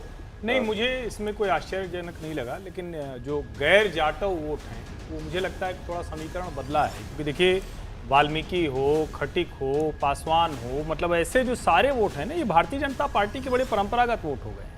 आप अगर ध्यान से देखेंगे तो पिछले कुछ समय में नरेंद्र मोदी के आने के पहले ये शुरुआत हुई थी, और नरेंद्र मोदी के आने के बाद वो पूरी तरह से बदल गया है। विशेषकर पश्चिमी उत्तर प्रदेश में अगर हम ध्यान से देखें तो जो जाट फैक्टर के बाद भी जो सफलता मिली, चाहे वो विधानसभा चुनाव हो चाहे लोकसभा चुनाव हो, 19 और 22 की बात मैं कर रहा हूं, क्योंकि 14 वाला तो फिनोमिना ही अलग था, तो 19 और 22 में जो हुआ तो यही वो वोट था जिसने भारतीय जनता पार्टी को उस जगह पर सपोर्ट कर दिया जहां उसकी स्थिति बहुत खराब हो सकती थी। तो मेरा यह मानना है आज तो ऐसी कोई स्थिति भी नहीं है, और अभी जो मतलब पॉलिटिकल सिनेरियो दिखता है उसमें मायावती इतनी ताकतवर नहीं दिख रही है कि दूसरा कोई मतदाता समूह उनके साथ जुड़े, उनके साथ कटने वाली स्थिति दिख रही, जुड़ने वाली नहीं दिख रही। तो आप कह रहे हैं गैर जाटव दलित वोट हो या इसके बीजेपी के साथ ज्यादा जाएगा, और जाट वोट भी आपको लगता है बिल्कुल इससे बेहतर जाना चाहिए। चलिए, तो ये हमने अभी जातियां जो है किस हिसाब से उनका रुझान दिखाई दे रहा है उसकी चर्चा की। अब हम सीधे सीटों की बात करेंगे। सीटों में अलग अलग हिस्सों में, अलग अलग क्षेत्रों में हमें क्या रुझान दिखाई दे रहे हैं। पश्चिमी यूपी में, रोहिलखंड में, दोआब, बुंदेलखंड, अवध, पूर्वांचल क्या बता रहे हैं इस बार अपना मूड, इसकी चर्चा करेंगे एक छोटे से ब्रेक के बाद। आप देख रहे हैं देश की आवाज पार्ट 3। जी हां, आज तीसरा और आखिरी दिन है इस सर्वे का। सारी 543 सीटों का लेखा जोखा इस सर्वे का आपके सामने आने जा रहा है। केवल एक राज्य बाकी है, और वो सबसे महत्वपूर्ण, सबसे बड़ा राज्य, देश में कौन बनेगा प्रधानमंत्री ये तय करने वाला राज्य उत्तर प्रदेश। 80 सीटें, लेकिन हम चलेंगे क्षेत्रवार, अलग अलग रीजन की बात करते चलेंगे, तो वहां की कुछ महत्वपूर्ण सीटों का भी जिक्र करते चलेंगे जहां बड़ा कॉन्टेस्ट होता हुआ दिखाई दे रहा है। तो आइए पश्चिमी उत्तर प्रदेश से शुरू करते हैं, जहां इस वक्त हम बैठे हुए हैं। पश्चिमी उत्तर प्रदेश में 8 सीटें आती हैं, और हमारा सर्वे ये कह रहा है कि इनमें से 7 सीटें भाजपा को जा सकती हैं, 1 सीट आरएलडी को जाती हुई दिखाई दे रही है। यहां कांग्रेस, बसपा, सपा किसी का कोई खाता खुलता हुआ नहीं दिखाई दे रहा। वेस्ट यूपी में 8 सीटों में 7 भाजपा और 1 आरएलडी। ये जहां हम नोएडा में हैं, इसके अलावा मुजफ्फरनगर, मेरठ, ये गाजियाबाद, जो सारा इलाका है सब पश्चिमी उत्तर प्रदेश के अंदर ही आता है। तो यहाँ की एक एक सीट की हम लोग बात कर लें जल्दी जल्दी। कोई कौन सी इंपॉर्टेंट सीट आपको पश्चिमी उत्तर प्रदेश में सुनाई दिखाई देती है? नहीं, मुझे लगता है कि मुजफ्फरनगर की बात होनी चाहिए, क्योंकि अगर जाट आंदोलन की बात करेंगे, किसान आंदोलन की बात करेंगे, राष्ट्रीय लोकदल की बुनियाद की बात करेंगे, तो मुजफ्फरनगर सीट की बात होनी चाहिए। और चूंकि वहां पर जो संजीव बालियान है, उन्होंने अजीत सिंह को जिस तरह से हराया था, वो सीट बड़ी महत्वपूर्ण इस लिहाज से भी हो जाती है कि अभी पूरा जो राकेश टिकैत और पूरा जो आंदोलन हुआ, उसके बाद भी किसी भी चुनाव में अभी तक ये गठजोड़ बहुत कमाल नहीं कर पाया है। विधानसभा के चुनाव में कुछ सीटों पर जरूर समीकरण बदले, और उसके वजह से कहा जा रहा है कि क्या लोकसभा में उसका कुछ फर्क होता हुआ दिखेगा। और ये जो गठजोड़ है, जिसको हम कह रहे हैं कि अखिलेश यादव, कांग्रेस और जयंत चौधरी, ये सब मिलके, तो मुझे लगता है कि ये एक महत्वपूर्ण सीट होगी। अगर डेटा हो भावेश के पास, वो बता सकें कि क्या ये सीट आपने किसको दी है सर्वे में? हालांकि ये बताना अलाउ तो नहीं है, फिर भी मैं बता दूं, कैराना एक सीट है जिसपे बीजेपी कमजोर स्थिति में है, तो वो सीटें आरएलडी जीत सकती है। अच्छा। लेकिन देखिए, इससे इतर आप देखेंगे 8 की 8 सीट पे जो बीजेपी, 7 सीट जो एक्स्ट्रा बचते हैं, 7 सीट पे जो बीजेपी की जो स्थिति है उसमें देखिए पूरे वेस्ट यूपी में आप देखिए जाट एक बड़ा फैक्टर है, लेकिन जाट से इतर यहाँ पे जो ब्राह्मण है वो बहुत बड़ा फैक्टर है, और नॉन जाट ओबीसी है वो बड़ा फैक्टर है। बीजेपी इन सारे लोगों को पोलराइज करके बीजेपी अपने फेवर में करता है। यही इस बीजेपी के लिए एक्स फैक्टर है। 2014 से अब तक जो बीजेपी लगातार 4 इलेक्शन में जो लगातार अच्छा परफॉर्म करती आ रही इन रीजन में।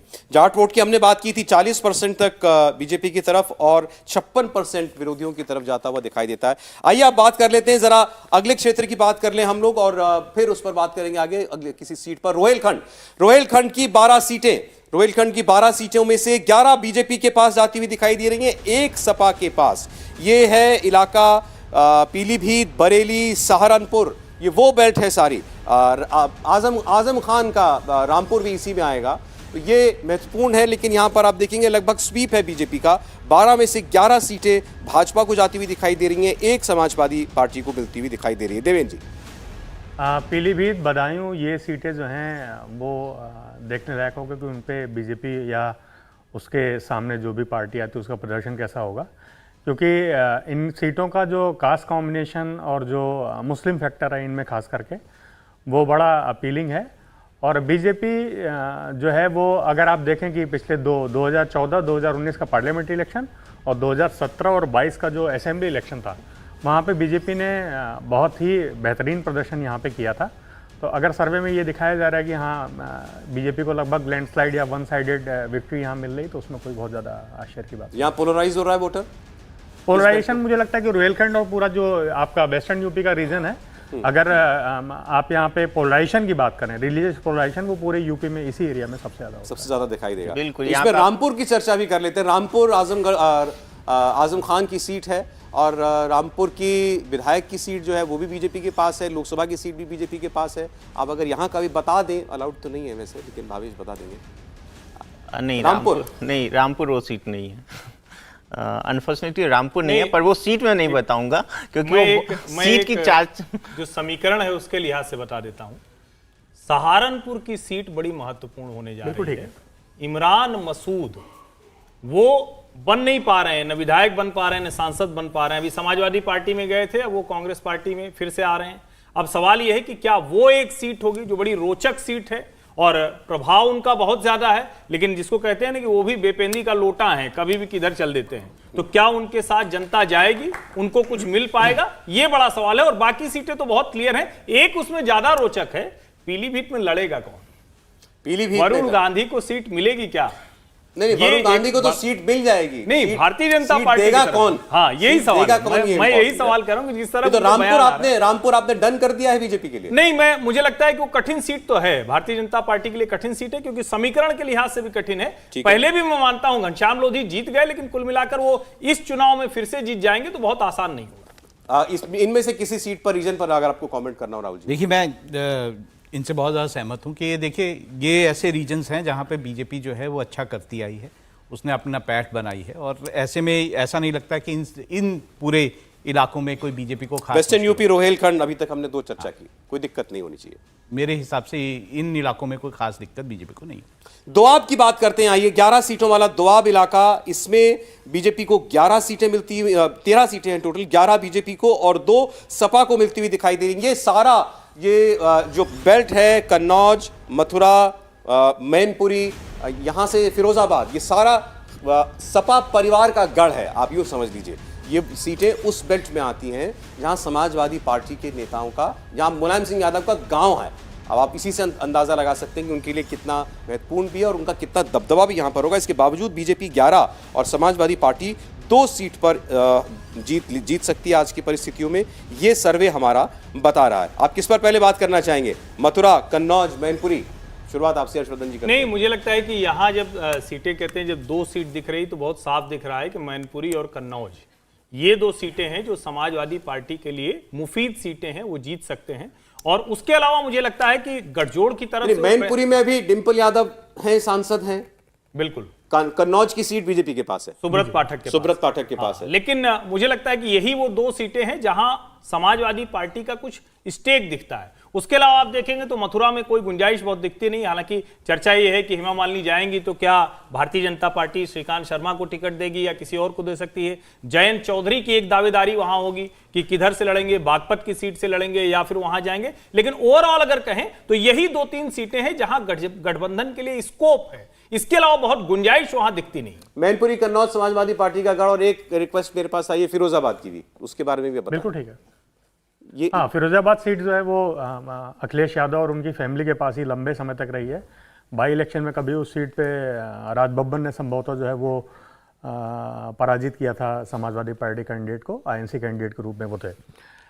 एक बहुत महत्वपूर्ण चीज़ ये है कि कन्नौज सीट को मैं ये नहीं मानता हूँ कि अब वो समाजवादी पार्टी गढ़ रही है। बेसिकली ऐसा कहा जाता है कि 2014 में ही वो सीट समाजवादी पार्टी मनोबल के रूप में हार गई थी। और 2019 में बिल्कुल ये साफ हुआ, क्योंकि उस समय 2012 से लेके 2017 के बीच में समाजवादी पार्टी की सरकार थी, इसलिए सुब्रत पाठक जो है वो सेकंड कैंडिडेट पोल हुए थे, बहुत कम मार्जिन से हारे थे। 2019 में उन्होंने इस कमी को भी पूरा कर दिया। और कन्नौज सीट लगभग उस तरीके की सीट मानी जा रही थी जैसे अमेठी में राहुल गांधी की जो हार हुई थी, उसी तरीके से माना जाता है कि कन्नौज में जब अखिलेश यादव की पत्नी जो है वो चुनाव लड़ते हुए हार गई तो वो बड़ा चौंकाने वाला था। तो आज की डेट में सुब्रत पाठक की जो कन्नौज सीट है वो बीजेपी के लिए बहुत स्ट्रांग है। ये जरूरी नहीं कि उनको कैंडिडेट बनाया जाए, लेकिन जो फिरोजाबाद की सीट है वो ये देखना होगा कि समाजवादी पार्टी के खिलाफ वहां पे बीएसपी का कैंडिडेट किस तरीके का आता है और बीजेपी से खुद कैंडिडेट किस तरीके का फील्ड किया जाता है। तो मेरा ये मानना है कि मैनपुरी एकमात्र ऐसी सीट हो सकती है इस पूरे एरिया में जो समाजवादी पार्टी के फेवर में इसलिए भी कही जा सकती है क्योंकि 2022 का असेंबली इलेक्शन और अभी जो रिसेंटली जो बाई इलेक्शन हुआ है उसमें वो सीट प्रदेश में सरकार होने के बावजूद भी, बेहतर कैंडिडेट देने के बावजूद भी वो समाजवादी पार्टी के खाते में गई थी। ठीक है, हालांकि 2 सीट दिखा रहे हैं भावेश यहाँ सर, आपने 1 सीट का जिक्र किया कि मतलब उस पर दबदबा दिखाई देता है मैनपुरी पर। एक से सस्पेंस रहने दीजिए अभी थोड़े दिन के लिए। आपने भी सस्पेंस खोला ही कौन सा है बताइए, कोई सीट तो आप बता नहीं रहे हैं। हाँ, ये तो हम लोगों ने अनुमान लगाया, ये तो हम लोग अनुमान लगा, हम लोगों ने अनुमान लगाया, और चूंकि कन्नौज आप ऐसा ही कह दीजिए, आप ऐसे कह दिया कीजिए कि इनका अनुमान ठीक है, उससे हमको पता या गलत है या गलत मेरे है। ख्याल से देवेंद्र ज्यादा नजदीक है। देवेंद्र नजदीक है, फिरोजाबाद सीट देवेंद्र ज्यादा नजदीक है चीजों से। पर देखिए कन्नौज में एक ये भी है ना कि असीम अरुण एक प्रत्याशी हो सकते हैं, क्योंकि वहां से ये भी एक बार चर्चा हो रही है, जो बिल्कुल भाजपा सही का कह रहे, समीकरण बदल रहा कन्नौज है, में वो भी एक बीजेपी वजह है। चलिए ठीक, अगले रीजन पर बढ़ते हैं। ये बुंदेलखंड का क्षेत्र है, यहाँ कुल 4 सीटें हैं और चारों की चारों सीटें भारतीय जनता पार्टी के पास जाती हुई हमें दिखाई दे रही हैं। तो बुंदेलखंड पूरी तरीके से स्वीप लगभग, आप देखिए बीजेपी वेस्टर्न यूपी में 8 में से 7 स्वीप है, रोहिलखंड में 12 में से 11 बिल्कुल एक तरफा है, दोआब में 13 में से 11 बीजेपी को है, बुंदेलखंड की 4 सीटें बीजेपी को जा रही है। अब अवध की मैं बात कर लेता हूँ, और अवध में बड़ी दिलचस्प सीटें हैं, उनकी तो चर्चा करनी है। टोटल 14 सीटें भारतीय जनता पार्टी को, 12 सीटें मिलती हुई दिखाई देती हैं आज, और कांग्रेस पार्टी को 2। और कांग्रेस पार्टी को 2 कौन सी होंगी, आपके सामने बहुत सारे ऑप्शंस नहीं हैं, लेकिन हम चर्चा करेंगे अमेठी और रायबरेली की। अमेठी से इस वक्त केंद्रीय मंत्री स्मृति ईरानी सांसद हैं, रायबरेली से सोनिया गांधी सांसद हैं। तो क्या अवध में इसके अलावा कोई और सीट आपको नजर में आती हो तो बताएं, उसकी भी हम लोग चर्चा कर सकते हैं। नहीं, अगर वरना फिर अमेठी की बात सबसे महत्वपूर्ण कहेंगे तो फिर तो वही दोनों सीटें, अमेठी, रायबरेली और अमेठी। अमेठी फिर पलट रही है क्या?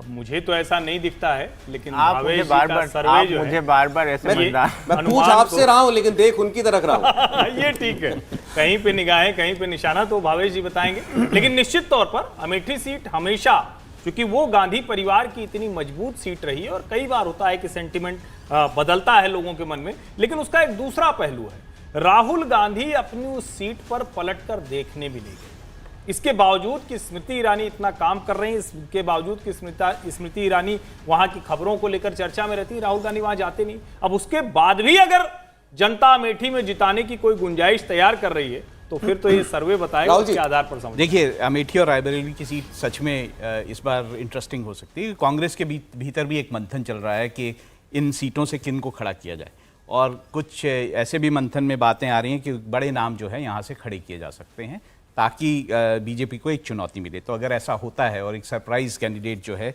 वो यहाँ पे खड़ा किया जाता है अमेठी में, तो ये राहुल गांधी नहीं लड़ेंगे। मैं ये कह रहा हूँ कि ये हो सकता है, क्योंकि ये बात जो है कांग्रेस के भीतर ये मंथन है कि किन इन दोनों सीटों पे, खासतौर से रायबरेली को भी अगर हम देखें तो उस पे किसे खड़ा किया जाए, अगर सोनिया गांधी जो हैं वो नहीं करती हैं। देखिए, यही चर्चा है कि हेल्थ रीजंस की वजह से सोनिया गांधी शायद रायबरेली से चुनाव ना लड़े, तो उनकी जगह अब चूंकि वो बिल्कुल पॉकेट बोरो माना जाता है, तो वहां से प्रियंका जी चुनाव लड़ सकती हैं। सवाल दूसरा ये महत्वपूर्ण है जो बताया अभी राहुल जी ने, अमेठी की सीट पर वापस चुनाव लड़ने के लिए राहुल गांधी आएंगे या नहीं आएंगे। पिछले चुनाव में दो जगहों से चुनाव लड़े थे, अमेठी से हार गए, वायनाड से जीत गए। अमेठी के बाद हर्षवर्धन जी ने जैसा कहा, बहुत ज्यादा ताल्लुक उन्होंने नहीं रखा इन बीते 5 सालों के अंदर, लेकिन क्या अपनी इस पारिवारिक सीट को बिल्कुल ही त्याग देंगे, छोड़ देंगे राहुल गांधी? क्या लगता है देवेंद्र जी आपको? देखिए, अगर आप, मैं यूपी के पर्सपेक्टिव में केवल बात कर रहा हूं, जब आप अमेठी और रायबरेली सीट की बात करते हैं तो दो चीज़ें बहुत स्पष्ट रूप से समझिए कि राहुल गांधी अगर वायनाड गए हैं तो उसका बड़ा सिंपल सा रीजन था कि ये फीडबैक था कि अमेठी सीट जो है वो लूज कर रहे हैं और उनको लड़ना था, स्केप कर नहीं सकते थे, तो उन्होंने लड़ी, हार गई, वायनाड चले गए। राहुल गांधी को जब कांग्रेस या इंडिया जो गठबंधन है वो अपने जिसे कहते हैं पोस्टर बॉय के रूप में आगे बढ़ाएगा, तो वो ये नहीं चाहेगा कि राहुल गांधी किसी बहुत ही ऐसी सीट से लड़ें कि उनको वहां पे लड़ने के लिए बहुत कंसंट्रेट करना पड़े। तो अब पहला ऑप्शन तो यह है कि राहुल गांधी वायनाड से ही लड़ते रहें। दूसरा कि अगर सोनिया गांधी हेल्थ रीजन से रायबरेली सीट को छोड़ती हैं तो यह हो सकता है कि राहुल गांधी रायबरेली सीट से लड़ें, क्योंकि अभी तक ऐसा नहीं देखा गया है कि पार्लियामेंट्री इलेक्शन या असेंबली इलेक्शंस में तो रायबरेली में बहुत अच्छा प्रदर्शन कांग्रेस का नहीं रहा है, लेकिन पार्लियामेंट्री इलेक्शन में यह देखा नहीं है कि रायबरेली सूट कांग्रेस कभी लूज कर गई हो।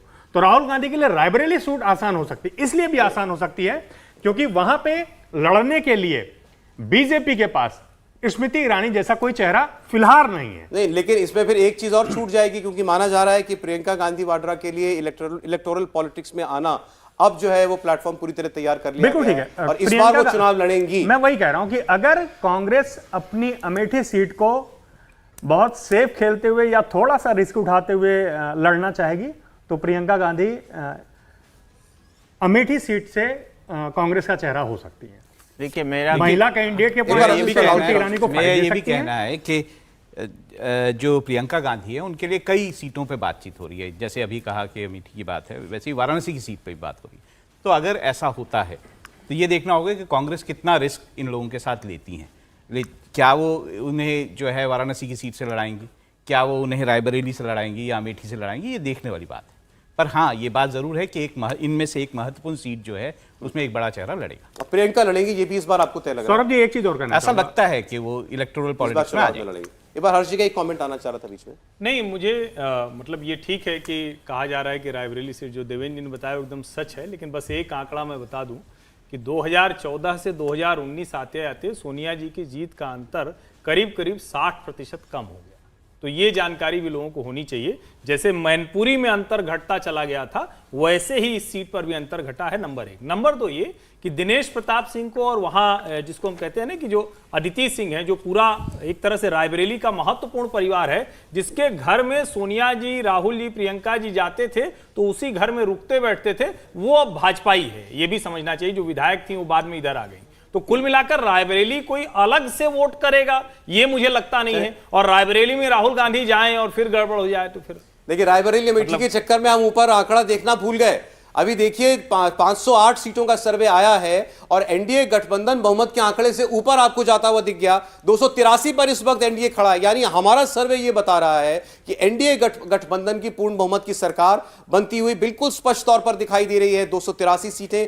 अभी आप देखिए कई सीटों का अभी सर्वे आना बाकी है। पूर्वांचल की 29 सीटें अभी खुलना बाकी है उससे पहले ही। और इंडिया गठबंधन जो है वो 169 170 के आसपास पहुंचता दिख रहा है। अदर्स जो हैं वो 56 के आसपास। अगर आप इन दोनों को भी जोड़ लेंगे तो भी एनडीए के गठबंधन से काफी पीछे आपको ये नजर आएगा। तो अपने दम पर एनडीए गठबंधन सरकार बनाएगा, इसमें कोई दो राय नजर नहीं आ रही इस सर्वे की रोशनी में। अब यह सवाल है कि क्या बीजेपी वो खुद 272 का आंकड़ा अपने दम पर पार कर रही है? बहुत कुछ इन 29 सीटों पर डिपेंड करेगा। लेकिन मैं वो पूर्वांचल की 29 सीटें खोलूं उससे पहले कुछ सवाल आप लोगों के, आप खुल के पूछिए सवाल देश की पॉलिटिक्स के ऊपर। बोलिए। नमस्कार सर, मेरा नाम शिवी है और मेरा सवाल ये है कि अभी हाल ही में विमेन रिजर्वेशन बिल पास हुआ था, तो उसका लोकसभा के चुनाव पे कोई असर देखने को मिल सकता है?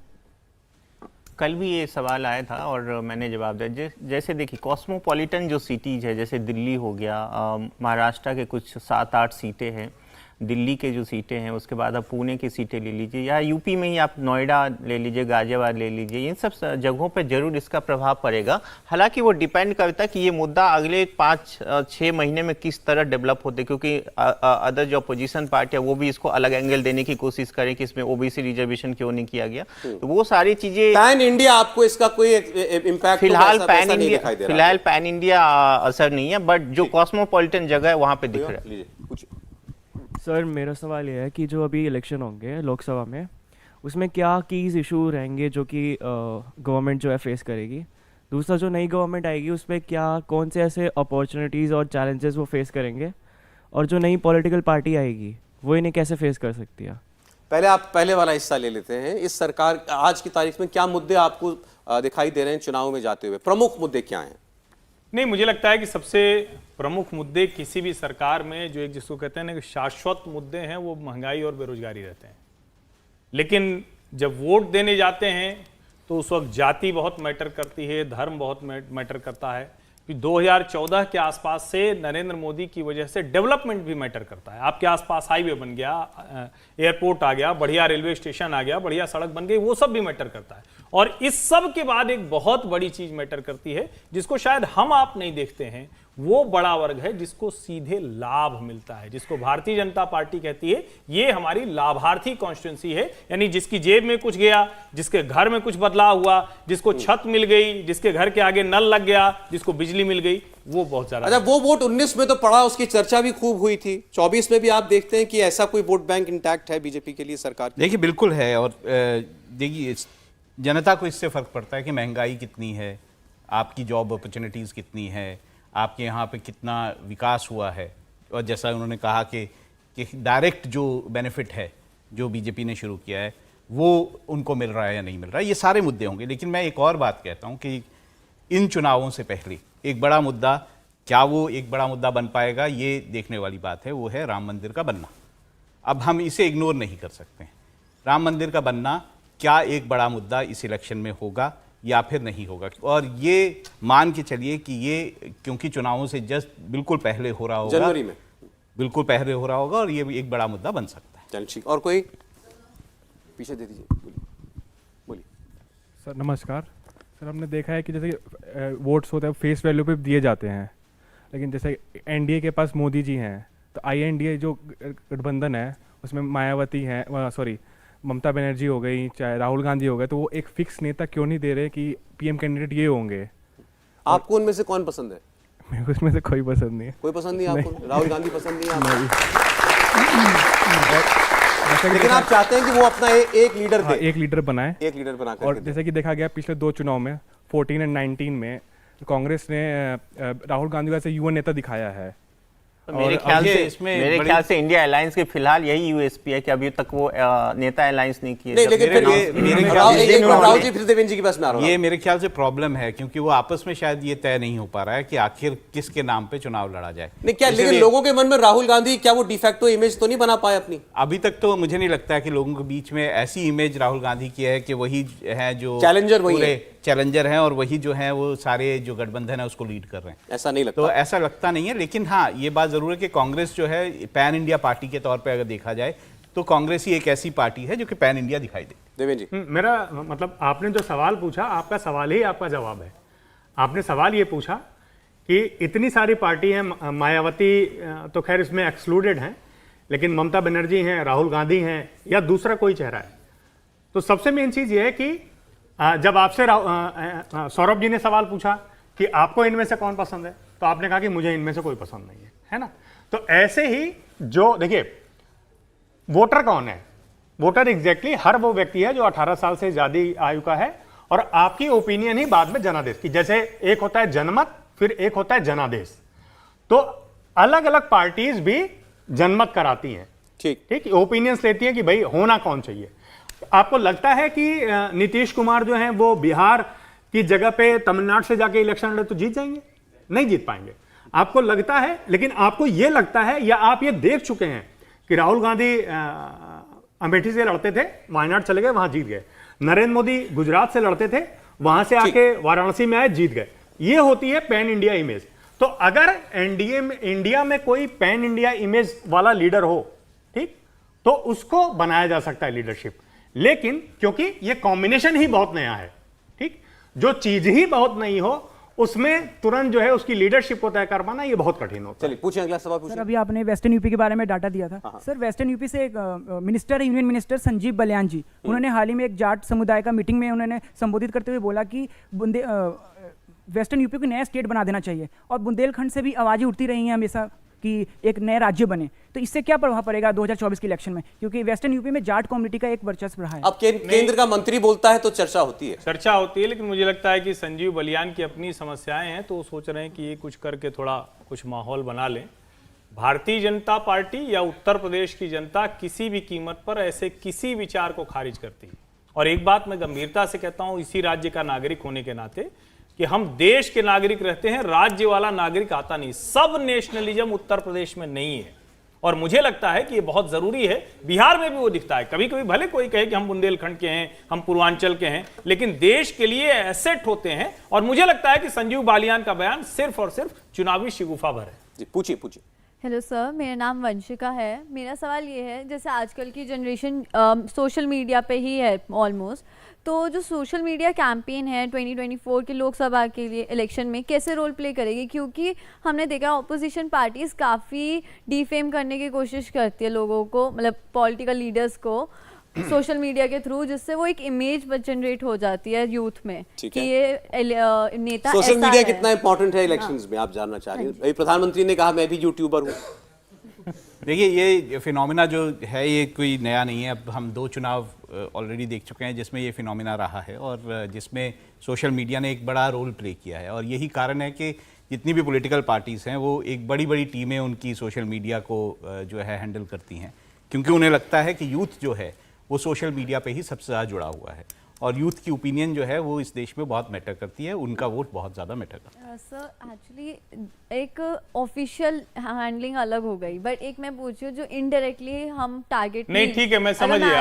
आप जवाब दीजिए कि आपको क्या लगता है कि कौन पार्टी किस नेता की छवि खराब करती है? नहीं, मुझको ये नहीं पता कौन सी पार्टी कर रही है स्पेसिफिकली, बट जस्ट मैं ये बोल रही हूँ जैसे आज के जनरेशन की लैंग्वेज में बोलूँ मीम्स जैसे बनते हैं, अगर किसी नेता पे बनता है, किसी की स्पेसिफिक एक वर्डिंग्स ले ली कि इस पे मीम बनना शुरू हो गए, उस नेता की एक इमेज क्रिएट हो जाती है। आप भी तो एक दूसरे के बारे में मीम बनाते हैं। नहीं, मुझे लगता है मीम्स बनना तो लोकप्रियता का भी एक सूचक है। मेरे ख्याल से ये आज की पॉलिटिक्स का एक हिस्सा है, और उसी मीम्स में अगर ज्यादा नेगेटिविटी हो गई, मेरे ख्याल से आपसे मेरे मन में सवाल आ गया, सोशल मीडिया पर कौन सी पार्टी आपको ज्यादा एक्टिव नजर आती है? आप ही बताइए। चलिए पहले कांग्रेस बीजेपी पूछता हूं आपसे। हाँ, मतलब कांग्रेस का मैंने राहुल गांधी पे ज्यादा मीम्स देखे हैं। राहुल गांधी पे बनते हैं मतलब बीजेपी का सोशल मीडिया ज्यादा है, सोशल मीडिया पर हावी है। आप लोग सहमत हैं क्या? ऐसा होता है क्या? ठीक है, तो ये तो जो कांग्रेस की सोशल मीडिया टीम है उसको इसके बारे में कुछ करना पड़ेगा। एक सवाल और, फिर मैं फिर डेटा के पास जाऊंगा। और कोई पीछे दे दीजिए, उन्होंने टोपी पहनी हुई है। सर मेरा सवाल ये है, बिहार को लेकर है। उसमें ये पूछना चाहता हूँ कि जैसे बिहार में प्राइवेट जॉब्स, मतलब उसकी तो वैसे भी कमी है, वहाँ पर तो लोग वैसे भी काम करते नहीं, कोई मेजर इंडस्ट्री नहीं है, तो और भी मतलब एक साथ में प्रॉब्लम, एक मेजर इशू आ रहा है कि वहाँ पर मतलब कि इस गवर्नमेंट ने प्लान करा है कि हम यहाँ पर प्राइवेट जॉब में भी रिजर्वेशन लेकर आएंगे, तो इसकी वजह से सर जो इन्वेस्टमेंट आने वाली होगी वो भी रुक तो नहीं जाएगी? तो गवर्नमेंट सर इस बारे में कुछ सोच नहीं रही है। कभी कास्ट सर्वे, कभी प्राइवेट सेक्टर में रिजर्वेशन, ये क्या आज के दौर के मुद्दे होने चाहिए? इसका जवाब तो नीतीश सरकार को देना ही पड़ेगा, ख्याल से इतने सालों से अगर वो सरकार चला रहे हैं, तो क्या उनको ये जो विकास का मुद्दा है, जो यूथ का बिहार के मुद्दा है कि वहाँ नौकरियों की कमी है, बिहार का यूथ बाहर आके नौकरियाँ करता है, तो ये मुद्दा ऐसा है जिसका जवाब उन्हें चुनावों में देना ही पड़ेगा। नहीं, और मुझे लगता है कि जो लोग ये नारा लगा रहे हैं जिसकी जितनी संख्या भारी उसकी उतनी हिस्सेदारी, उन्हें एक कुछ उद्योग लगाना चाहिए और उसमें उसी हिस्सेदारी के लिहाज से लोगों को रख कर और मॉडल दिखाना चाहिए। चलिए एक सवाल और ले लेंगे। किनके पास है माइक? दे दीजिए, इनको दे दीजिए माइक। नमस्कार सर अभी आपने पश्चिम उत्तर प्रदेश में दिखाया कि 8 में से 7 सीट जीत रही है बीजेपी जी, लेकिन सर अभी 1 साल पहले श्रीकांत त्यागी प्रकरण हुआ था, उसमें त्यागी ब्राह्मण सब एक साथ होके आ गए थे और बीजेपी की बहुत खिलाफत कर रहे थे, तो सर आपको क्या लगता है कि वो ये रोल निभा पाएगा, इसमें कुछ उलटफेर हो पाएगा इधर सीटों में? नहीं, ऐसे मुद्दे मुझे लगता है कि मुझे ये सब मुद्दे गली नुक्कड़ के मुद्दे ज्यादा हुए। आपको लगता है कि जो त्यागी वाला इशू हुआ था ये जाट आंदोलन से बड़ा है? नहीं बड़ा है ना। जाट आंदोलन का कोई फर्क 2022 के इलेक्शन में आपको रिजल्ट्स में रिफ्लेक्ट हुआ? नाम क्या आपका? मेरा तो सार्थक त्यागी नाम है। इसीलिए सार्थक, आपने बहुत सार्थक सवाल पूछा है, लेकिन बहुत सिंपल सा जवाब है। और कोई सवाल पूछना चाहता है या खत्म हो गए सबके सवाल? चलिए, आपके पास सवाल पे सवाल है, पूछेंगे आप? लो पूछो। मेरा मानना है कि जो कांग्रेस पार्टी है वो युवा नेता राहुल गांधी जी को दिखाती, युवा नेता के लिए उम्र कितनी होनी चाहिए? अरे ऐसा सवाल आपने पूछ डाला है आज। मेरे ख्याल युवा नेता की उम्र क्या होनी चाहिए? तो मैं यही कहूंगा कि मैं निशब्द हूँ।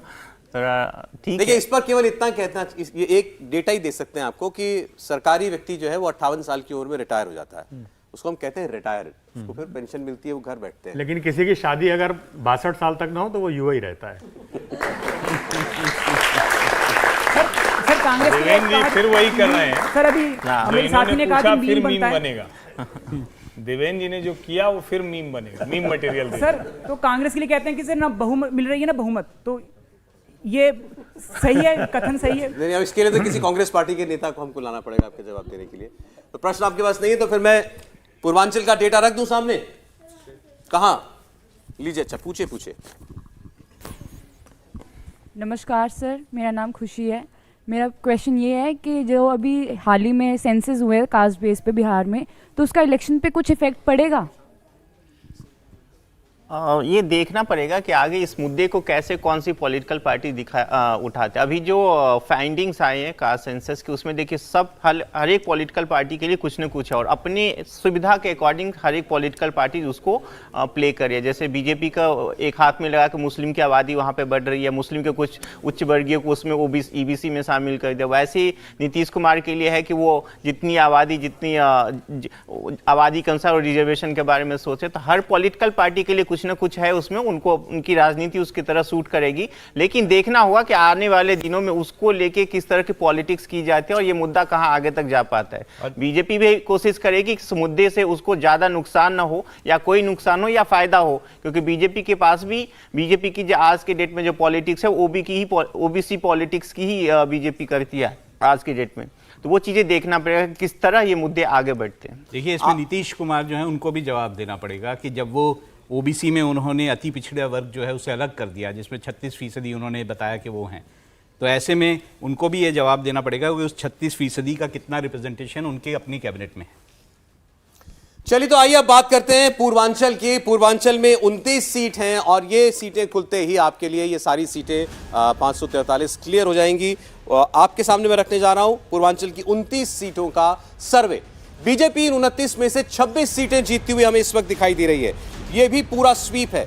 29 में से 26 सीटें बीजेपी को जाती हुई दिखाई दे रही हैं। एक सीट समाजवादी पार्टी निकाल सकती है, ऐसा हमको लगता है। तो ये 29 सीट का सर्वे है। 2 सीटें अपना दल, तो यानी एनडीए की इसमें 28 है और 1 सीट सपा की है। 26 बीजेपी, 2 अपना दल और 1 Samajwadi party, 28 NDA, 1 India alliance. और मेरे ख्याल से ये पूर्वांचल का जो डेटा है इसने दोनों काम कर दिए। एक तो कंफर्टेबल मेजॉरिटी के साथ एनडीए गठबंधन 300 के पार पहुंच गया, 311 पर आप देख रहे हैं। और बीजेपी का की जो अपनी टैली है, इस ये 26 सीटें जुड़ते ही वो 272 मार्क के ऊपर पहुंच जाती है। 6 सीटें और रह गई हैं जो कुछ यूनियन टेरिटरीज हैं, केंद्र शासित प्रदेश हैं, उनका भी आपको सर्वे दिखा देते हैं ताकि ये 543 का आंकड़ा पूरा हो जाए। तो इसमें इन 6 केंद्र शासित प्रदेशों की सीटों में 4 बीजेपी और 2 कांग्रेस। अब टैली अपडेट कर दें, उसके बाद हमारे पास फाइनल डेटा आ जाएगा।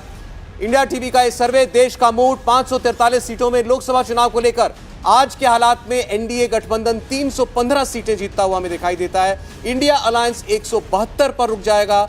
आज के हालात में ये परिस्थितियां दिख रही हैं। अन्य को 56, तो 315 पर नरेंद्र मोदी की अगुवाई में उनका एनडीए आगे बढ़ता हुआ स्पष्ट तौर पर दिखाई दे रहा है। ये बीजेपी के लिए, एनडीए के लिए बहुत अच्छी खबर होगी, राहत की खबर होगी। चुनाव से 5 महीना पहले लोगों का मूड बिल्कुल साफ है। वो नरेंद्र मोदी को देश का प्रधानमंत्री बनाना चाहते हैं। एक बार फिर तीसरी बार भी पसंद नरेंद्र मोदी ही है। इस बार 311 का आंकड़ा एनडीए का, 315 का माफ कीजिएगा, एनडीए का पहुंच सकता है। दूसरी ओर विपक्षी गठबंधन, सारे दल एक होकर लड़ने की बात जो कर रहे हैं, उन सारे फैक्टर्स को इन सर्वे में हमने जगह दी है कि एक बीजेपी के उम्मीदवार के सामने एक उम्मीदवार उतरे। ये मान के चला गया कि हर राज्य के अंदर किन किन दलों का अलायंस हुआ है। इस हिसाब से ये सर्वे किया गया और उस पर 172 पर जाकर आप देखिए वो ठहरती हुई दिखती है आपको इंडिया गठबंधन की टैली। पार्टी वाइज आप जानना चाहते होंगे कि किस पार्टी को कितनी सीटें, तो वो भी आपके सामने रख देते हैं। ये भी बड़ा दिलचस्प है। भारतीय जनता पार्टी 293 सीटें, तो ये 2019 की तुलना में 10 सीटें कम है। 303 सीट भाजपा की थी 2019 में। आज अगर चुनाव हो तो ये 293 हो जाएंगे, लेकिन बीजेपी अपने दम पर बहुमत का जो आंकड़ा 272 का है उससे 21 सीटें ज्यादा ला सकती है। कांग्रेस पार्टी को 18 सीटों का फायदा होता हुआ दिखाई दे रहा है। 52 सीटें आई 2019 में, अब बढ़कर वो 70 पर पहुंच सकती है, लेकिन 100 के आसपास कांग्रेस पार्टी अभी भी नहीं पहुंच पा रही है। सेंचुरी को छू नहीं पा रही है कांग्रेस पार्टी। 45, 52 और अब 70 पर इस तीसरे चुनाव में लगातार कांग्रेस पार्टी रुकी रह सकती है। आम आदमी पार्टी को 5 सीटों का फायदा हो सकता है। आम आदमी पार्टी 6 सीटें जीत सकती है। आज के दिन उसके पास 1 लोकसभा सांसद है आम आदमी पार्टी, लेकिन पंजाब और दिल्ली इन 2 चुनावों में उसकी हालात बन रहे हैं चुनाव जीतने के, तो 6 सीटें वो निकाल सकती है। तृणमूल कांग्रेस को, ममता बनर्जी को अच्छा खासा फायदा। इस बार उनको 8 सीटों के फायदे के साथ 30 सीटें मिल सकती हैं, ऐसा हमारा सर्वे बता रहा है। 22 सीटें पिछली बार आई थी तृणमूल कांग्रेस की और 18 सीटें भाजपा की थी। वहां पर बीजेपी को 8 सीटों का नुकसान हुआ है, तृणमूल का सीधा फायदा। तो ममता बनर्जी अब एक बहुत मजबूत विपक्षी दल के तौर पर लोकसभा में जो है वो हम आपको सामने दिखाई देंगी। 30 सीटों का चंक जो है वो तृणमूल कांग्रेस ममता बनर्जी के पास होगा और इसकी वजह से इंडिया अलायंस के अंदर भी आप ये कह सकते हैं कि उनका वजन और बढ़ेगा। बीजेडी 13 सीट, ये +1 है, 1 सीट ज्यादा बीजू जनता दल को मिल सकती है उड़ीसा में। शिवसेना शिंदे गुट ये 4 सीट पर आकर ठहर सकता है। चूंकि इसी को असल शिवसेना का चुनाव चिन्ह और सिंबल सब कुछ मिला है, तो इस लिहाज से अगर आप 2019 से कंपेयर करेंगे तो ये 8 सीटों का नुकसान है शिवसेना शिंदे के लिए। और उद्धव बाला साहब ठाकरे की जो शिवसेना है उसको आप देख रहे हैं 2 सीटों का फायदा, 8 सीटें उद्धव ठाकरे जीत सकते हैं। समाजवादी पार्टी पिछली बार से 1 सीट कम 4 सीटों पर आकर ठहर सकते हैं। आरजेडी को बिहार में 7 सीटों का सीधा फायदा हो रहा है, एक भी सीट आरजेडी के पास नहीं थी। जेडीयू को 9 सीटों का बड़ा नुकसान, वो 7 पर आकर ठहरती हुई दिखाई दे रही है। 16 से घटकर 7 पर बिहार में नीतीश कुमार की पार्टी आ सकती है। जरा दक्षिण की बात करते हैं तो डीएमके को भी नुकसान हो रहा है। डीएमके इस बार 21 सीटें ले सकती है। एआईएडीएमके को 5 सीटों का फायदा, कुल 6 सीटें एआईएडीएमके जीत सकती है। जिसने अभी गठबंधन तोड़ दिया वो एनडीए के बाहर आ गई। शरद पवार के पास जो एनसीपी का गुट है वो 3 सीटें निकाल सकता है। अजीत पवार गुट 2 सीटें निकाल सकता है। बात करें आंध्र प्रदेश की तो वाईएसआर कांग्रेस को 7 सीटों का नुकसान, टीडीपी को 7 सीटों का फायदा, यानी जगन मोहन रेड्डी की पार्टी 15 सीटें जीतती हुई दिखाई देती है। चंद्रबाबू नायडू 10 सीटें जीत सकते हैं। लेफ्ट फ्रंट को जोड़ दें अगर सभी तो 6 सीटें हैं, 1 सीट का 2019 से फायदा है। बीआरएस को केसीआर तेलंगाना के मुख्यमंत्री, उनको 1 सीट का नुकसान, वो 8 सीटें जीत सकते हैं और अन्य के खाते में 30 सीटें जाती हुई दिखाई दे रही। तो बीजेपी अपने दम पर मेजॉरिटी मार्क के पार, कांग्रेस पार्टी इस बार भी 100 के आसपास नहीं पहुंच पा रही, लग रहा है 70 पर वो ठहर जाएगी। और अब विपक्ष में अगर सबसे बड़ा कोई दल दिखाई देगा कांग्रेस पार्टी के बाद तो वो होंगी ममता बनर्जी। ये हेडलाइंस जो आप इसकी अब निकाल सकते हैं। तो ये कमोबेश बता रहा है आपको कि नरेंद्र मोदी जिस लोकप्रियता के साथ 2014 का चुनाव लड़ने आए थे, आज भी उसमें कहीं कोई कटौती नहीं है। देवेंद्र जी। हाँ, मुझे लगता है कि जो अगर 300 से घट के अगर 293 का भी आंकड़ा है तो ये बीजेपी के लिए बहुत ही जिसे कहते हैं सुकून देने वाला आंकड़ा कहा जा सकता है। जब सारा विपक्ष एक है, सारा विपक्ष एक है, एक नए किस्म का अलायंस आया है जो कि 2019 में नहीं था, जिसमें कि मेजर बीजेपी की opponent political party across the state साथ आ रही हैं। कांग्रेस का भी ये मानना है कि बहुत सारे स्टेट में उनकी सरकारें आई हैं राज्यों में, जैसे कर्नाटक अभी एक नया स्टेट है। तो कांग्रेस को ऐसा लगता है कि उसको अपस्विंग मिलना चाहिए। आप 70 सीटों का आंकड़ा दिखा रहे हैं तो वो 50 या 56 से बढ़ के 70 तक अगर आए तो ये उनके लिए बहुत उत्साहजनक तो नहीं कहा जा सकता। तो बीजेपी के लिए ये सर्वे का आंकड़ा जो है वो राहत देने वाला है मेरे विचार से। हर्षवर्धन जी। नहीं, मुझे लगता है कि जिस बात को लेकर बार बार सबसे ज़्यादा चर्चा हो रही थी कि क्या कोई ऐसा डेंट लगेगा कि 272 का एक जो मैजिकल फिगर है उससे नीचे भाजपा रह जाएगी क्या, क्योंकि सारी लड़ाई वही है। एनडीए तो चुनाव में जीत जाएगा, इसको लेकर तो शायद वो जो इंडिया नाम से गठजोड़ बना है उसको भी कोई भ्रम नहीं, लेकिन भारतीय जनता पार्टी को नीचे रोकेंगे। चुनाव के बाद हम ये कोशिश करेंगे कि देखिए भारतीय जनता पार्टी तो बड़ा गड़बड़ कर रही थी, तानाशाही रवैया था, उसकी कोशिश करेंगे तो वो ध्वस्त होती हुई दिख रही। इसके 2 मायने बड़े सीधे हैं कि आप लोग जो जमीन तैयार कर रहे हैं वो जनता के भरोसे पर नहीं है, दरअसल नरेंद्र मोदी के खिलाफ है। और दूसरा, नरेंद्र मोदी अपना जो एजेंडा चला रहे हैं, कम से कम आज की तारीख तक जनता को लगता है कि वो देश का एजेंडा है, देश के हित का एजेंडा है। कांग्रेस पार्टी के लिए क्या कहेंगे? 52 से बढ़कर 70 पहुंचती दिखाई दे रही है। नहीं, मुझे लगता है कि कांग्रेस पार्टी याद कर लें आप राहुल गांधी की भारत जोड़ो यात्रा को भी याद कर लें, इंडिया गठबंधन को लेकर जो प्रयास हुए, और ये कोशिश हो रही है कि बीजेपी के उम्मीदवार के सामने एक ही संयुक्त उम्मीदवार हो, सबके बावजूद नहीं। अगर उसके बावजूद देखिए कांग्रेस को मैं इस कहें कि स्ट्रेटेजी में सफल तब मानूंगा अगर वो 100 के आसपास या 100 के ऊपर जाती हुई दिखे। अगर उससे कम पर रहती है कांग्रेस पार्टी तो इसका सीधा सा मतलब हुआ कि वो सिर्फ और सिर्फ, जिसको हम कई बार कहते हैं ना कि कोई मरीज बहुत खराब स्थिति में है तो उसको इंजेक्शन दे देते हैं, वेंटिलेटर लगा देते हैं, कृत्रिम तरीके से उसको जिंदा करना, मजबूत करना। कांग्रेस फिलहाल अगर 70 के आसपास दिख रही तो वही स्थिति है। एक पैन इंडिया पार्टी का ये हश्र, वो भी ये तीसरा चुनाव होगा, 44, 52, 53 और फिर 70, तो मुझे लगता है बेहद निराशाजनक है। उनको नए सिरे से सोचना चाहिए कि क्या कर सकते हैं। राहुल जी, देखिए, आपने तृणमूल कांग्रेस की बात की है। तृणमूल कांग्रेस पश्चिम बंगाल में जिस तरह की स्थितियां रही हैं, चुनावों में जिस तरह की हिंसा हुई है, जिस तरह से बीजेपी और आरएसएस ने वहां काम किया है ग्राउंड पे, क्या सच में तृणमूल कांग्रेस ये सीटें लोकसभा में निकाल पाएगी? ये एक बहुत ही डाउटफुल ये 30 आपको ज्यादा लग रही है? मुझे ये लगता है कि तृणमूल कांग्रेस शायद इतना आंकड़ा ना ले पाए। अच्छा। और मुझे ये भी लगता है कि पश्चिम बंगाल में बीजेपी लोकसभा में काफी अच्छा प्रदर्शन करेगी। 18 थे पिछली बार, सर्वे कह रहा है 10, तो आप कहते हैं कम से कम अपनी जो पिछली परफॉर्मेंस है उसके आसपास पहुंच जाए? मुझे लगता है। आपको उम्मीद है इसकी? ठीक। और क्या विपक्ष की स्ट्रैटेजी के लिए क्या कहेंगे? राहुल गांधी का इतना एफर्ट, इतनी यात्रा और उसके बाद इंडिया अलायंस बनाने की तैयारी, उस सब के बावजूद अगर आप यही पा रहे हैं तो क्या बता रहा है? कहीं देखिए, ये गलत जगह प्रयास हो रहे हैं? देखिए, बहुत ज्यादा इस पर निर्भर करेगा कि जो ये अलायंस बना है उसमें सीट डिस्ट्रीब्यूशन कैसे होता है, किस पार्टी को किस जगह पे सीट दी जाती है। देखिए, ये बात अभी से जो ये अलायंस बना है उसमें होने लग गई है कि विनिंग कैंडिडेट्स जो हैं उन्हें सीटें दी जानी चाहिए। पर क्या ये बात सभी जो दल हैं वो मानेंगे? क्योंकि ज़्यादातर देखा ये गया है कि इस तरह के ऑपोजिशन अलायंस में जो पार्टियां हैं अपनी तरफ से सीटें छोड़ने के लिए तैयार नहीं होती हैं। पर क्या अगर विनिंग कैंडिडेट एक क्राइटेरिया बनता है और क्या ये सारे ऑपोजिशन पार्टीज उसको लेके मानेंगी, तो शायद बीजेपी को ये अलायंस जो है कुछ टक्कर दे पाएगा।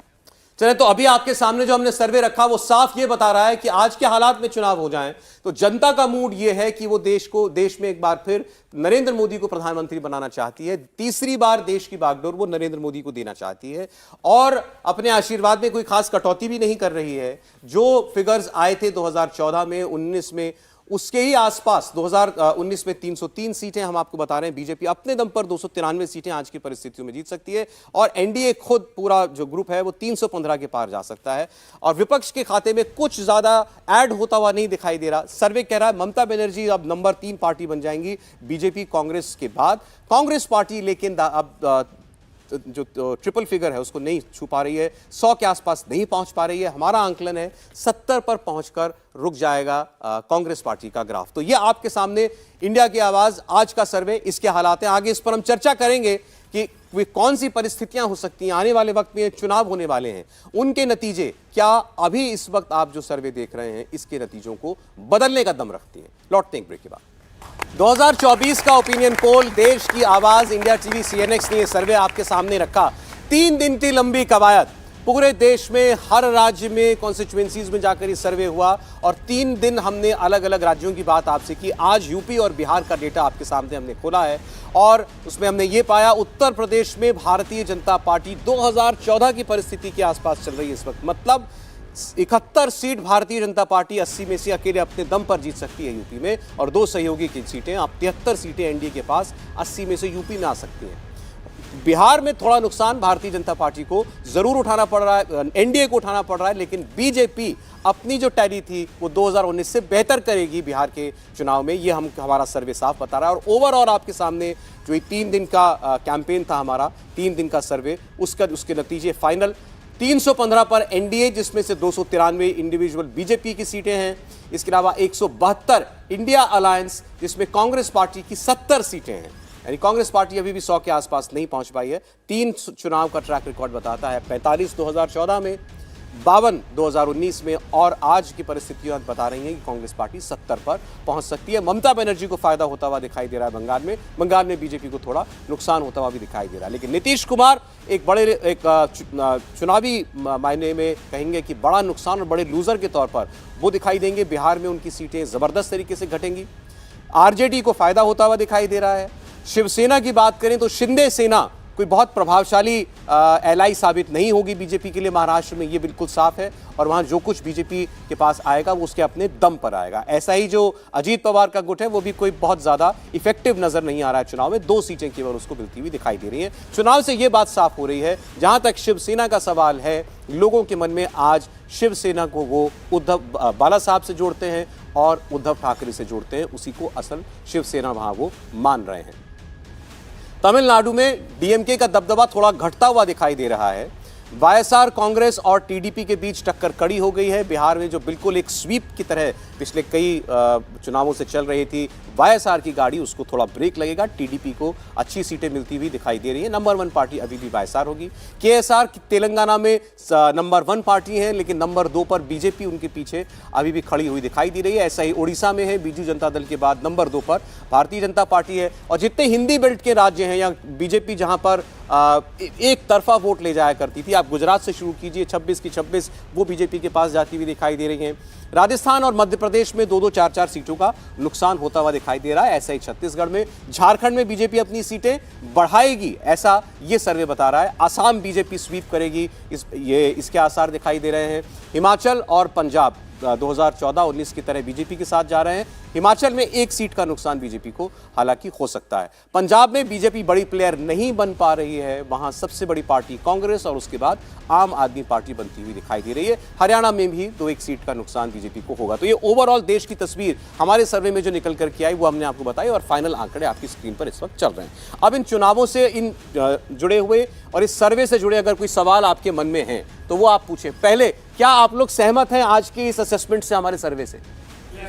लगता है आपको कि आज देश का मूड यही है कि नरेंद्र मोदी तीसरी बार प्रधानमंत्री बने? चलिए, अब आपके पास माइक है, सवाल पूछ सकते हैं आप। जी, किनके पास है माइक? हाँ, पूछिए।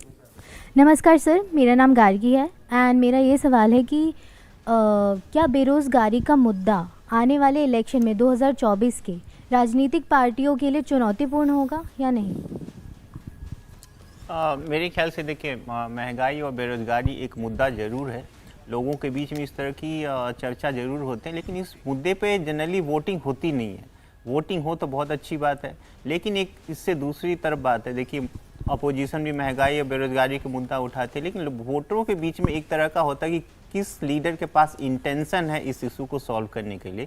उसमें नरेंद्र मोदी सबसे बड़े नेता उभरते हैं। शायद इसीलिए ये जो 2 बड़े मुद्दे हैं, चुनाव दर चुनाव, इनको अफेक्ट नहीं करती। उसको अगर वो इसको मुद्दा मानती भी है जनता, तो ये देखती है कि इसको दूर कौन कर सकता है। बिल्कुल, इंटेंशन जो है किस नेता तो के आज पास नरेंद्र मोदी में ही वो इंटेंशन दिखाई दे रही। जी, अब और माइक दाम पूछिए।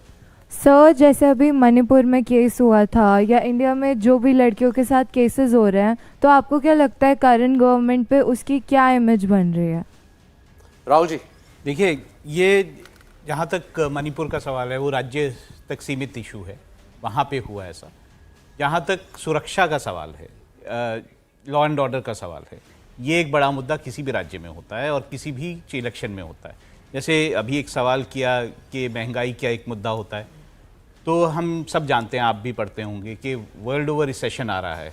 रिसेशन आएगा तो उससे इन्फ्लेशन बढ़ेगा तो महंगाई बढ़ेगी। अगर एक लेवल तक जो है महंगाई सीमित रहती है तो वो शायद मुद्दा नहीं बन पाता है, लेकिन अगर महंगाई बहुत ज़्यादा होती है, हमने देखा है प्याज के मुद्दों पर सरकारें जाते हुए, हमने देखा है कि अलग अलग इन्फ्लेशन के मुद्दों को उठते हुए इलेक्शंस में, तो अगर एक बड़े लेवल पर इन्फ्लेशन बढ़ता है तो ये एक बड़ा मुद्दा हो सकता है। लेकिन आज के हालात दिन में ये मुद्दे नहीं है, मतलब उस स्तर पर मुद्दे नहीं है कि जनता किसी सरकार को गिराए या बनाए, ऐसा मुद्दा नहीं। एक इसमें जरूरी आंकड़ा है, महंगाई के मुद्दे पर नरेंद्र मोदी की सरकार ने स्वतंत्रता के बाद सबसे बेहतर काम किया है। और अगर हम करंट में कहें कि तुलना किससे करते हैं, भाई हमारे ठीक बगल में जो है, हमारे आगे पीछे जो है, तो ठीक पहले की जो 10 साल की यूपीए सरकार है उसमें औसत जो महंगाई रहती थी, और यूपीए 2 में तो 10% एबव रही। और भारतीय जनता पार्टी नरेंद्र मोदी के पूरे इस शासनकाल में अगर कोविड काल निकाल दें तो 6% का जो आरबीआई का स्टेटेड लक्ष्य है, टारगेटेड जिसको हम बोलते हैं, वो इन्फ्लेशन रेट कामयाबी से उसको हासिल किया है। कुछ समय सीजनल, कभी सब्जी हो गई, कभी कुछ और हो गया, वो अलग बात हो, वरना इस सरकार ने उस पर बहुत अच्छा काम किया है। अरे मेरा सवाल आपसे ये, इस डेटा को देखने के बाद विपक्ष की तरफ से राहुल गांधी कहां फेल हो रहे हैं, क्या चीज मिस कर रहे हैं राहुल गांधी? क्योंकि मेहनत तो वो खूब कर रहे हैं। बहुत, मुझे लगता है कि ये सबसे महत्वपूर्ण सवाल है। और वैसे तो कहा जाता है कि राहुल गांधी और कांग्रेस किसी की सुनते नहीं, लेकिन फिर भी सुन लेंगे तो लाभ में रहेंगे। कभी भी आपको अपना आधार बढ़ाना है तो करना क्या है, एक तो आपके साथ जो लोग खड़े हैं उनको आप मजबूती से पकड़ कर रखें। लेकिन अगर सिर्फ और सिर्फ उन्हीं पे सारी एक्सरसाइज करते रहेंगे, जैसे आपके 4 दोस्त हैं, सुबह निकले, पान की दुकान पे गए, लौट के आए घर, सुबह निकले कॉलेज गए लौट के आए घर, सुबह निकले बाजार में गए सामान खरीद के आए लौट के आए घर। तो आप सारा काम कर रहे हैं, लेकिन उन्हीं 4 लोगों के साथ सारा काम कर रहे हैं। भारतीय जनता पार्टी ने अपने परंपरागत मतदाता समूह से बाहर जाकर गालियां खाने के बाद, लगातार विरोध के बावजूद उनको अपने साथ जोड़ने का काम किया। अभी भी आप देखिए, पूरा जो इंडिया नाम का अलायंस है वो कहां एक्सरसाइज कर रहा है, वहीं कर रहा है जहां पहले से ही उसके पास वोट है। हां, उसमें वो लड़ रहे हैं कि ये वाला मुस्लिम वोट थोड़ा सा मेरे पास आ जाए, अच्छा यहां ये वोट मेरे पास आ जाए। यानी उन्होंने सेकुलर जो एक तय कर लिया है, उस वोट बैंक के आगे वो निकल नहीं रहे। और दूसरा, आप अपने जो सरकारें हैं, जो स्टेट में गवर्नमेंट है, उनसे कुछ नया मॉडल दे रहे हैं क्या? कोई मॉडल दे रहे हैं ना, जाति सर्वे। मैं यही कह रहा हूं, जाति सर्वे। मैं कह रहा हूं कि ये सचमुच देश के लोगों को पता नहीं है ये लोग किस तरह से ले रहे हैं। नौजवान कितना भी अब बात करे, अब उस तरह से जाति के आधार पर वोट नहीं डालता है। जाति उसको बिल्कुल दिखती है, लेकिन जाति में भी दिख रही थी, ये भी तो पिछड़ी जाति का प्रधानमंत्री है, ये भी तो पिछड़ी जाति का मुख्यमंत्री, जो भारतीय जनता पार्टी का है। देखिए, राहुल गांधी के साथ जो दिक्कत है वो ये है कि वो हमेशा से एक नॉन सीरियस पॉलिटिशियन की तरह सामने आए और उस छवि को शायद वो सुधार नहीं पाए। जबकि अगर उनके उसमें कंपटीशन में देखा जाए तो प्रधानमंत्री नरेंद्र मोदी एक तो पूरी तरह से नीचे से जो है पॉलिटिक्स करके ऊपर आए हैं, और दूसरा फुल टाइम पॉलिटिशियन है। वो हमेशा से पूरी तरह से पॉलिटिक्स में ही रहे हैं और पॉलिटिक्स ही करना चाहते हैं। तो ऐसे में एक जो छवि है दोनों की वो बहुत अलग है, और ऐसे में नरेंद्र मोदी की छवि बहुत ज्यादा भावी आप आज भी राहुल गांधी को part time politician, non serious politician मानते हैं? मैं अब भी ये मानता हूं कि राहुल गांधी उस तरह से एक पॉलिटिशियन के तौर पर, सीरियस पॉलिटिशियन के तौर पर नहीं उभर के आते। ये क्यों? लेकिन ये अब और क्या एक्सपेक्ट कर रहे हैं आप? देखिए, उसमें बहुत सारे उन्होंने क्या पूरी पार्टी में को एनर्जाइज करने के लिए यात्रा निकाली, इंडिया अलायंस में वो कहीं कोई दरार ना पड़े, राहुल गांधी लीड रोल नहीं लेना चाहते, ऐसा उनकी पार्टी बार बार कहती है। क्या और क्या अपेक्षा है उनसे? देखिए, अपेक्षा बहुत सारी हैं कि जब कोई बड़ा इशू होता है तो राहुल गांधी वहां पर गायब हो जाते हैं कई बार। ये मैं मानता हूं कि ऐसे में एक जो सीजन पॉलिटिशियन होता है वो उस मुद्दे को पकड़ता है, अपनी पार्टी को उस मुद्दे के साथ जोड़ता है और आगे लेके जाता है, जो कि कहीं ना कहीं उनमें लैकिंग है। देवेंद्र जी, ऑपोजिशन की स्ट्रैटेजी में कहीं कोई कमी है और राहुल गांधी में क्या कमी दिख रही है?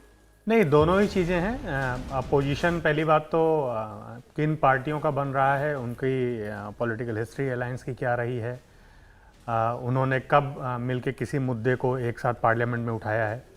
आप अगर देखें तो 2014 से लेके 2023 चल रहा है, अभी 10 साल हो जाएंगे जो गवर्नमेंट चल रही है अभी सेंट्रल में।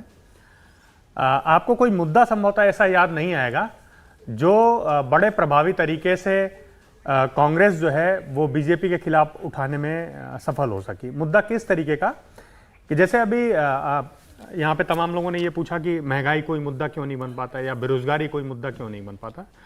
आप महंगाई की जब बात करते हैं तो महंगाई बहुत बड़ा कारण इससे भी होती है कि एक तो होता है सीजनल महंगाई होती है, दूसरा होता है कि अगर भ्रष्टाचार के कारण महंगाई बढ़ सकती है, कि अगर बहुत बड़े सोर्सेज ऐसे हों जिन पे कुछ ही लोग बैठे हुए हों और सही तरीके से चीज़ों का डिस्ट्रीब्यूशन ना हो रहा तो महंगाई बढ़ेगी। बीजेपी ने ये मौका दिया नहीं है कांग्रेस को 2014 से लेके अभी तक में कि वो उसके भ्रष्टाचार को उजागर कर सके। आप ऐसे देखिए कि ऐसा नहीं हुआ है कि 2014 से लेके 2023 के बीच में बीजेपी स्टेट्स में इलेक्शन नहीं हारी है, वो अलग अलग स्टेट्स में इलेक्शन हारी है, वहां पे कांग्रेस ने ही उसको हराया है। आप बड़े स्टेट्स में ले सकते हैं, अभी रिसेंट में ले लीजिए कर्नाटक में बीजेपी हारी है, तो उसका कारण क्या था? वहां पे कांग्रेस ये दिखाने में कामयाब रही कि बीजेपी को एग्जैक्टली प्रॉब्लम क्या है। वहां पे पे सीएम करके उन्होंने एक कैंपेन छेड़ा जो कि बहुत ही ज्यादा चर्चा में रहा और सीएम की जिसे कहते हैं कि उससे बड़ी फजीहत हुई। तो एक तो यह है कि कांग्रेस को एक पार्टी के रूप में बीजेपी के जो निगेटिव्स हैं उनको बहुत कंसिस्टेंटली दिखाना चाहिए। दूसरा यह है कि 543 में से कांग्रेस को मिनिमम जिसे कहते हैं कि 200 सीटें ऐसी हैं कि जिसपे वो सीधे सीधे फ्रंट रनर के रूप में बीजेपी के सामने दिखाई दे। तो मुझे लगता है कि मुद्दे दिखाने में केंद्र के स्तर पे, कि केंद्र सरकार के स्तर पे मुद्दे दिखाने में बीजेपी के खिलाफ वो नाकामयाब रही है। और दूसरा कि कांग्रेस और बीजेपी की जो लीडरशिप है, टॉप लीडरशिप है, नरेंद्र मोदी वर्सेस राहुल गांधी, उसमें बहुत ये हमेशा पोस्ट किया गया और वो मिसमैच है बिल्कुल कि वो ये हो ही नहीं सकता कि बड़ा स्वतः स्फूर्त किस्म का। एक सवाल है और हो गई तो सर डिसइन्वेस्टमेंट तो बढ़ गया ना, रेवेन्यू एक्सपेंडिचर ज़्यादा हो गया और कैपिटल एक्सपेंडिचर कम हो गया, तो जितने भी रुपए आ रहे हैं वो फ्री की योजना पे डाले जा रहे हैं। और ये कई बार मैं आपको अभी खबर भी डाल दो, भूपेश बघेल ने बोला कि प्रधानमंत्री आए, स्टील प्लांट लगाया छत्तीसगढ़ के अंदर, और लगा है और उसके साथ ही उसको विनिवेश के लिए भी लगा दिया। नहीं, मैं सबसे पहले तो ये कि आप चूंकि आप लोग नौजवान हैं तो पढ़ा कीजिए, कैपिटल एक्सपेंडिचर का मतलब क्या है? जो मतलब कोई आधारभूत संरचनाओं में सरकार जो खर्च करती है उसको कैपेक्स या कैपिटल एक्सपेंडिचर कहते हैं, जो नरेंद्र मोदी की सरकार में लगातार बढ़ा है। रिकॉर्ड सरकार का इन्वेस्टमेंट है, जो जिसको हम कहते हैं ना कि इंफ्रास्ट्रक्चर प्रोजेक्ट पे, उसको कैपिटल एक्सपेंडिचर कहते हैं। दूसरा है डिसइन्वेस्टमेंट यानी विनिवेश। विनिवेश क्या है? इस देश में जो कंपनियां सिक हो गई हैं, जो कंपनियां रेवेन्यू नहीं दे सकती हैं, रिटर्न ऑन इन्वेस्टमेंट नहीं दे सकती, उनको रखना चाहिए क्या? अगर 50,000 करोड़ 60,000 करोड़ बजट एलोकेशन करके एयर इंडिया को बचाना है तो वो संभव है क्या? ये पॉलिसी मनमोहन सिंह के समय में भी थी, अटल जी के समय में भी थी, इस समय में भी। ऐसा बिल्कुल नहीं है कि सब कुछ बेच दिया जा रहा है, ये बहुत बड़ा भ्रम है। कम से कम आप लोगों को पढ़ के इसको ठीक से समझना चाहिए। बोलिए बेटा, बोलिए। सर, जैसे आपने बोला कि राहुल गांधी जी की एक इमेज बनी हुई थी कि वो सीरियस पॉलिटिशियन नहीं है, बट जैसे उन्होंने अभी यात्रा करी ट्रक पे, या जैसे आम आदमी के घर जाकर उन्होंने खाना खाया, इलेक्ट्रीशियन की जो भी मैकेनिक की उन्होंने वो करा, उससे कांग्रेस के वोटिंग्स पर इम्पैक्ट पड़ सकता है क्या अभी जो 2024 के इलेक्शंस होंगे? मुझे तो एक समझ नहीं आता कि जब पॉलिटिशियन किसी गरीब के घर जाता है तो वहाँ कैमरा कैसे पहुँच जाता है। वो तो ये जो पॉलिटिकल जो, मैं इसे शायद कोई बुरा माने, लेकिन ये पॉलिटिकल स्टंट जो हैं ये बहुत ज़्यादा पे नहीं करते। देखिए, ग्राउंड लेवल पर पॉलिटिक्स किया जाना, ग्राउंड लेवल पर, चलिए हम यही बात करते हैं कि एक आदमी एक पॉलिटिशियन कैसे बनता है। वो ऐसे बनता है कि वो एक रीजन के लोगों के सुख दुख में काम आता है, वहाँ पे जब उसको दिक्कत होती है तो वो उसकी दिक्कतें सॉल्व करता है, वो एडमिनिस्ट्रेशन के साथ जो दिक्कतें उन्हें आ रही होती है वहाँ जाके उसका सोल्यूशन करता है। इस तरह से बनते हैं। तो आपको लगता है कि इस सारे उसमें कहीं राहुल गांधी आपको दिखते हैं? नहीं, लेकिन वो कंसिस्टेंटली कर रहे हैं, कभी किसान के खेत में, कभी मैकेनिक बन करके, अब उनकी शायद टीम थोड़ी बेहतर हुई होगी जो उन्हें समझा रही है कि आखिर करना क्या। चलिए पूछिए, अगला सवाल पूछिए। सर, मेरा आपसे क्वेश्चन ये है कि इंडिया गठबंधन ने बहुत सारे न्यूज़ चैनल को ये कह के बाइकआउट कर दिया कि गोदी मीडिया है, तो सर आपका इस पे क्या कहना है? नहीं, ये कोई नई बात नहीं है कि जो है कोई पॉलिटिकल पार्टी जो है किसी चैनल को बाइकआउट कर रही है। ये हमेशा से होता है। अगर कोई मैं अब भी जानता हूँ कि कई राज्यों में कई अखबारें बाइकआउटेड हैं, उनको जो है इश्तिहार नहीं दिए जाते हैं सरकार की तरफ से। तो ये कोई नई बात नहीं है। जो जब पार्टी को एक लगता है कि कोई पर्टिकुलर मीडिया हाउस जो है या मीडिया चैनल जो है वो उनकी तरफ की बात नहीं कर रहा है या उनकी तरफ से नहीं बोल रहा, तो ये सब कुछ होता है। नमस्कार सर, मेरा नाम बालकृष्ण मिश्रा है। मेरा प्रश्न आप सभी से है, आगामी लोकसभा चुनाव में बहुत सारे ऐसे मुद्दे हैं जो भारतीय लोकतंत्र की दशा और दिशा तय करने वाले हैं। उनमें एक मुद्दा अभी देखने को हाल में मिल रहा है कि जो ओल्ड पेंशन स्कीम लागू करना है, इसको कांग्रेस बहुत अच्छी तरीके से उठा रही है, इवन राजस्थान में लागू भी कर दिया है, लेकिन इसमें बीजेपी का स्टैंड क्लियर नजर नहीं आ रहा। क्या आपको लगता है कि इसके वजह से बीजेपी को कुछ नुकसान उठाना बीजेपी का स्टैंड क्या है ओपीएस पर? ओपीएस पर कांग्रेस और भारतीय जनता पार्टी दोनों का स्टैंड यही है कि ओपीएस फ्रॉड और फ्लॉड आइडिया है। और जब मैं कह रहा हूं फ्रॉड और फ्लॉड आइडिया है तो उसको समझिए, इस 142 करोड़ के देश में सिर्फ 2.5 करोड़ लोग हैं जो नौकरी करते हैं केंद्रीय संस्थानों में। 1994 में 12.5% था, 2012 में 8.5% रह गया, यानी 100 में 8.5 लोग। एक तो पहले ये समझिए। दूसरा, मेरा ये मानना है कि इस देश की सरकारों को, नौजवानों को, जब वो काम कर रहे हैं तो वो खूब कमाएं और उस वक्त उनकी इतनी समझ बने कि वो अपनी आगे की जिंदगी बेहतर कर सके। मुझे लगता है कि देश के नौजवानों को और सरकारों को उधर काम करना चाहिए। बीजेपी की पॉलिसी बहुत क्लियर है, वो न्यू पेंशन स्कीम की बात करती है। ओपीएस की बात जब हम करते हैं तो हम शायद पीछे ले जाने की बात करते हैं और हम उस बर्डन की बात कर रहे हैं जो अनवायबल है, चल ही नहीं सकता। देखिए, इसको बड़ा मुद्दा बनाने की कोशिश की जा रही है और राज्यों के चुनाव में ये ऐसा लगता है कि ये काम कर रहा है कांग्रेस पार्टी के लिए। हिमाचल में किया, इसमें कोई शक नहीं है, इसलिए अलग अलग राज्यों में भी इसको रिपीट करने की बात की जा रही है। राजस्थान में, छत्तीसगढ़ में भी लागू इसको कर दिया गया है। लेकिन बार बार बताना चाहिए इस बात को, मुंटेक सिंह आलूवालिया जो कि प्लानिंग कमीशन के डिप्टी चेयरमैन हुआ करते थे कांग्रेस की सरकार के समय में, किसी भी तरीके से बीजेपी के समर्थक नहीं, उन्होंने ओल्ड पेंशन स्कीम को दोबारा लागू करने के बारे में उसके लिए कहा था, it is a recipe for financial bankruptcy. अगर सरकार दिवालिया होना चाहती है तो वो सब जगह ओल्ड पेंशन स्कीम लागू कर सकती है। लेकिन एक ऐसा आइडिया जिसके बारे में कोई सीरियस आदमी ऐसी बात कह रहा है तो वो जाहिर है कि पार्टी में बैठे लोगों को भी मालूम है, फिर भी आप उस चीज को पिच कर रहे हैं। देखिए, हिमाचल में ये मुद्दा शायद इसलिए काम किया कि हिमाचल में हर घर में ऐसा माना जाता है कि हर घर में एक आदमी जो है वो सरकारी नौकरी है, तो शायद इसलिए वहां पे ये मुद्दा काम किया है। लेकिन ये जरूरी नहीं है कि सब राज्यों में ये मुद्दा काम करे। दूसरी एक चीज आपको और बता दें कि आपके विचार से ज्यादा पढ़े लिखे लोग ज्यादा वोट करते हैं कि कम पढ़े लिखे लोग? कम पढ़े लिखे लोग, ठीक है। आपके हिसाब से कम पढ़े लिखे लोग ज्यादा नौकरी पाते हैं कि ज्यादा पढ़े लिखे लोग? सिंपल सी बात है, ज्यादा पढ़े लिखे लोग, क्योंकि क्वालिफिकेशन निर्धारित होती है। आप अगर उठा के देखिएगा, इलेक्शन के आंकड़े जब जारी होते हैं तो उसमें सर्विस क्लास वोटर करके एक कॉलम होता है वोटर्स का, ठीक। वो अपने कुल जितनी उनकी पॉपुलेशन होती है सर्विस क्लास वोटर की, सर्विस क्लास वोटर वो होता है जो सर्विस में होता है, जो अभी रिटायर नहीं हुआ है लेकिन कल वो रिटायर होगा। अपनी टोटल जो सर्विस क्लास वोटर रजिस्टर्ड होता है ना, उसका 1/10 लोग वोट करते हैं, 10% लोग।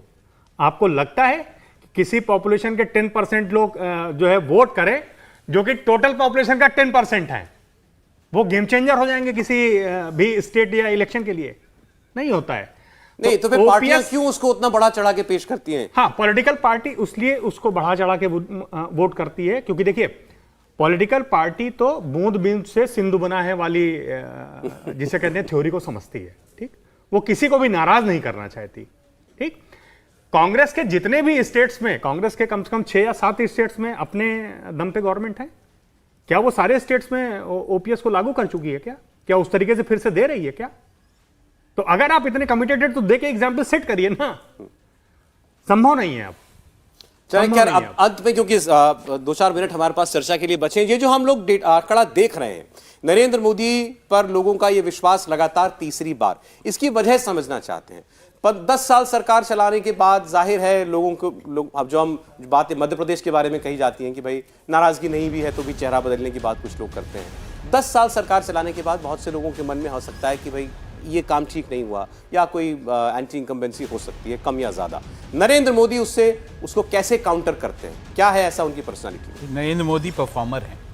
उन्होंने अपनी सरकार में परफॉर्मेंस करके दिखाई है। बहुत सारी ऐसी चीज़ें लागू हुई हैं इस सरकार में, चाहे इंफ्रास्ट्रक्चर से लेके हो, चाहे लोगों के लिए भलाई के लिए स्कीम्स की बात हो, ऐसी बहुत सारी चीज़ें हैं। जैसे अगर आप कोविड का ही मामला ले लीजिए, जिस तरह से इतने बड़ी त्रासदी, जो इतना बड़ा इशू हुआ था, उसको जिस तरह से जो नरेंद्र मोदी सरकार ने हैंडल किया, शायद बाकी सरकारें उस तरह से मुझे नहीं लगता हैंडल कर पाती और बहुत सारा कैओस होता।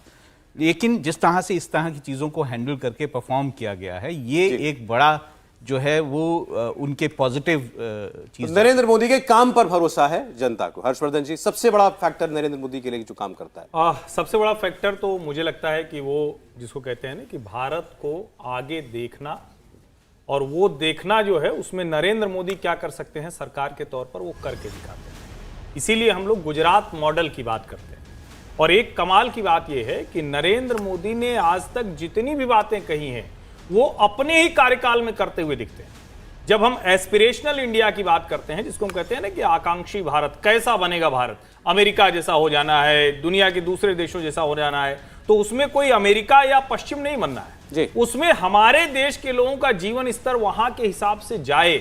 और नरेंद्र मोदी जब वो बात करते हैं तो एक फ्रंट पर वो डेवलपमेंट पॉलिटिक्स के जरिए उसको करते आते हैं, दूसरा इस देश की कल्चरल जो आइडेंटिटी है, जिसको हम कहते हैं कि राम, शिव, कृष्ण या ऐसी जो भी आइडेंटिटीज हैं, उसको इस्टेब्लिश करना, उसमें कोई जरा सा भी झिझक के नहीं करना, अपनी पहचान पूरे गर्व के साथ भारत को आगे लेकर चलना, मुझे लगता है ये उनकी सबसे बड़ी विशेषता। आप इतने लोगों के बीच में जाते हैं, आपने सर्वे किया, क्या सबसे बड़ा मुद्दा सारे चुनाव का एक आदमी नरेंद्र मोदी ही है, ये माने?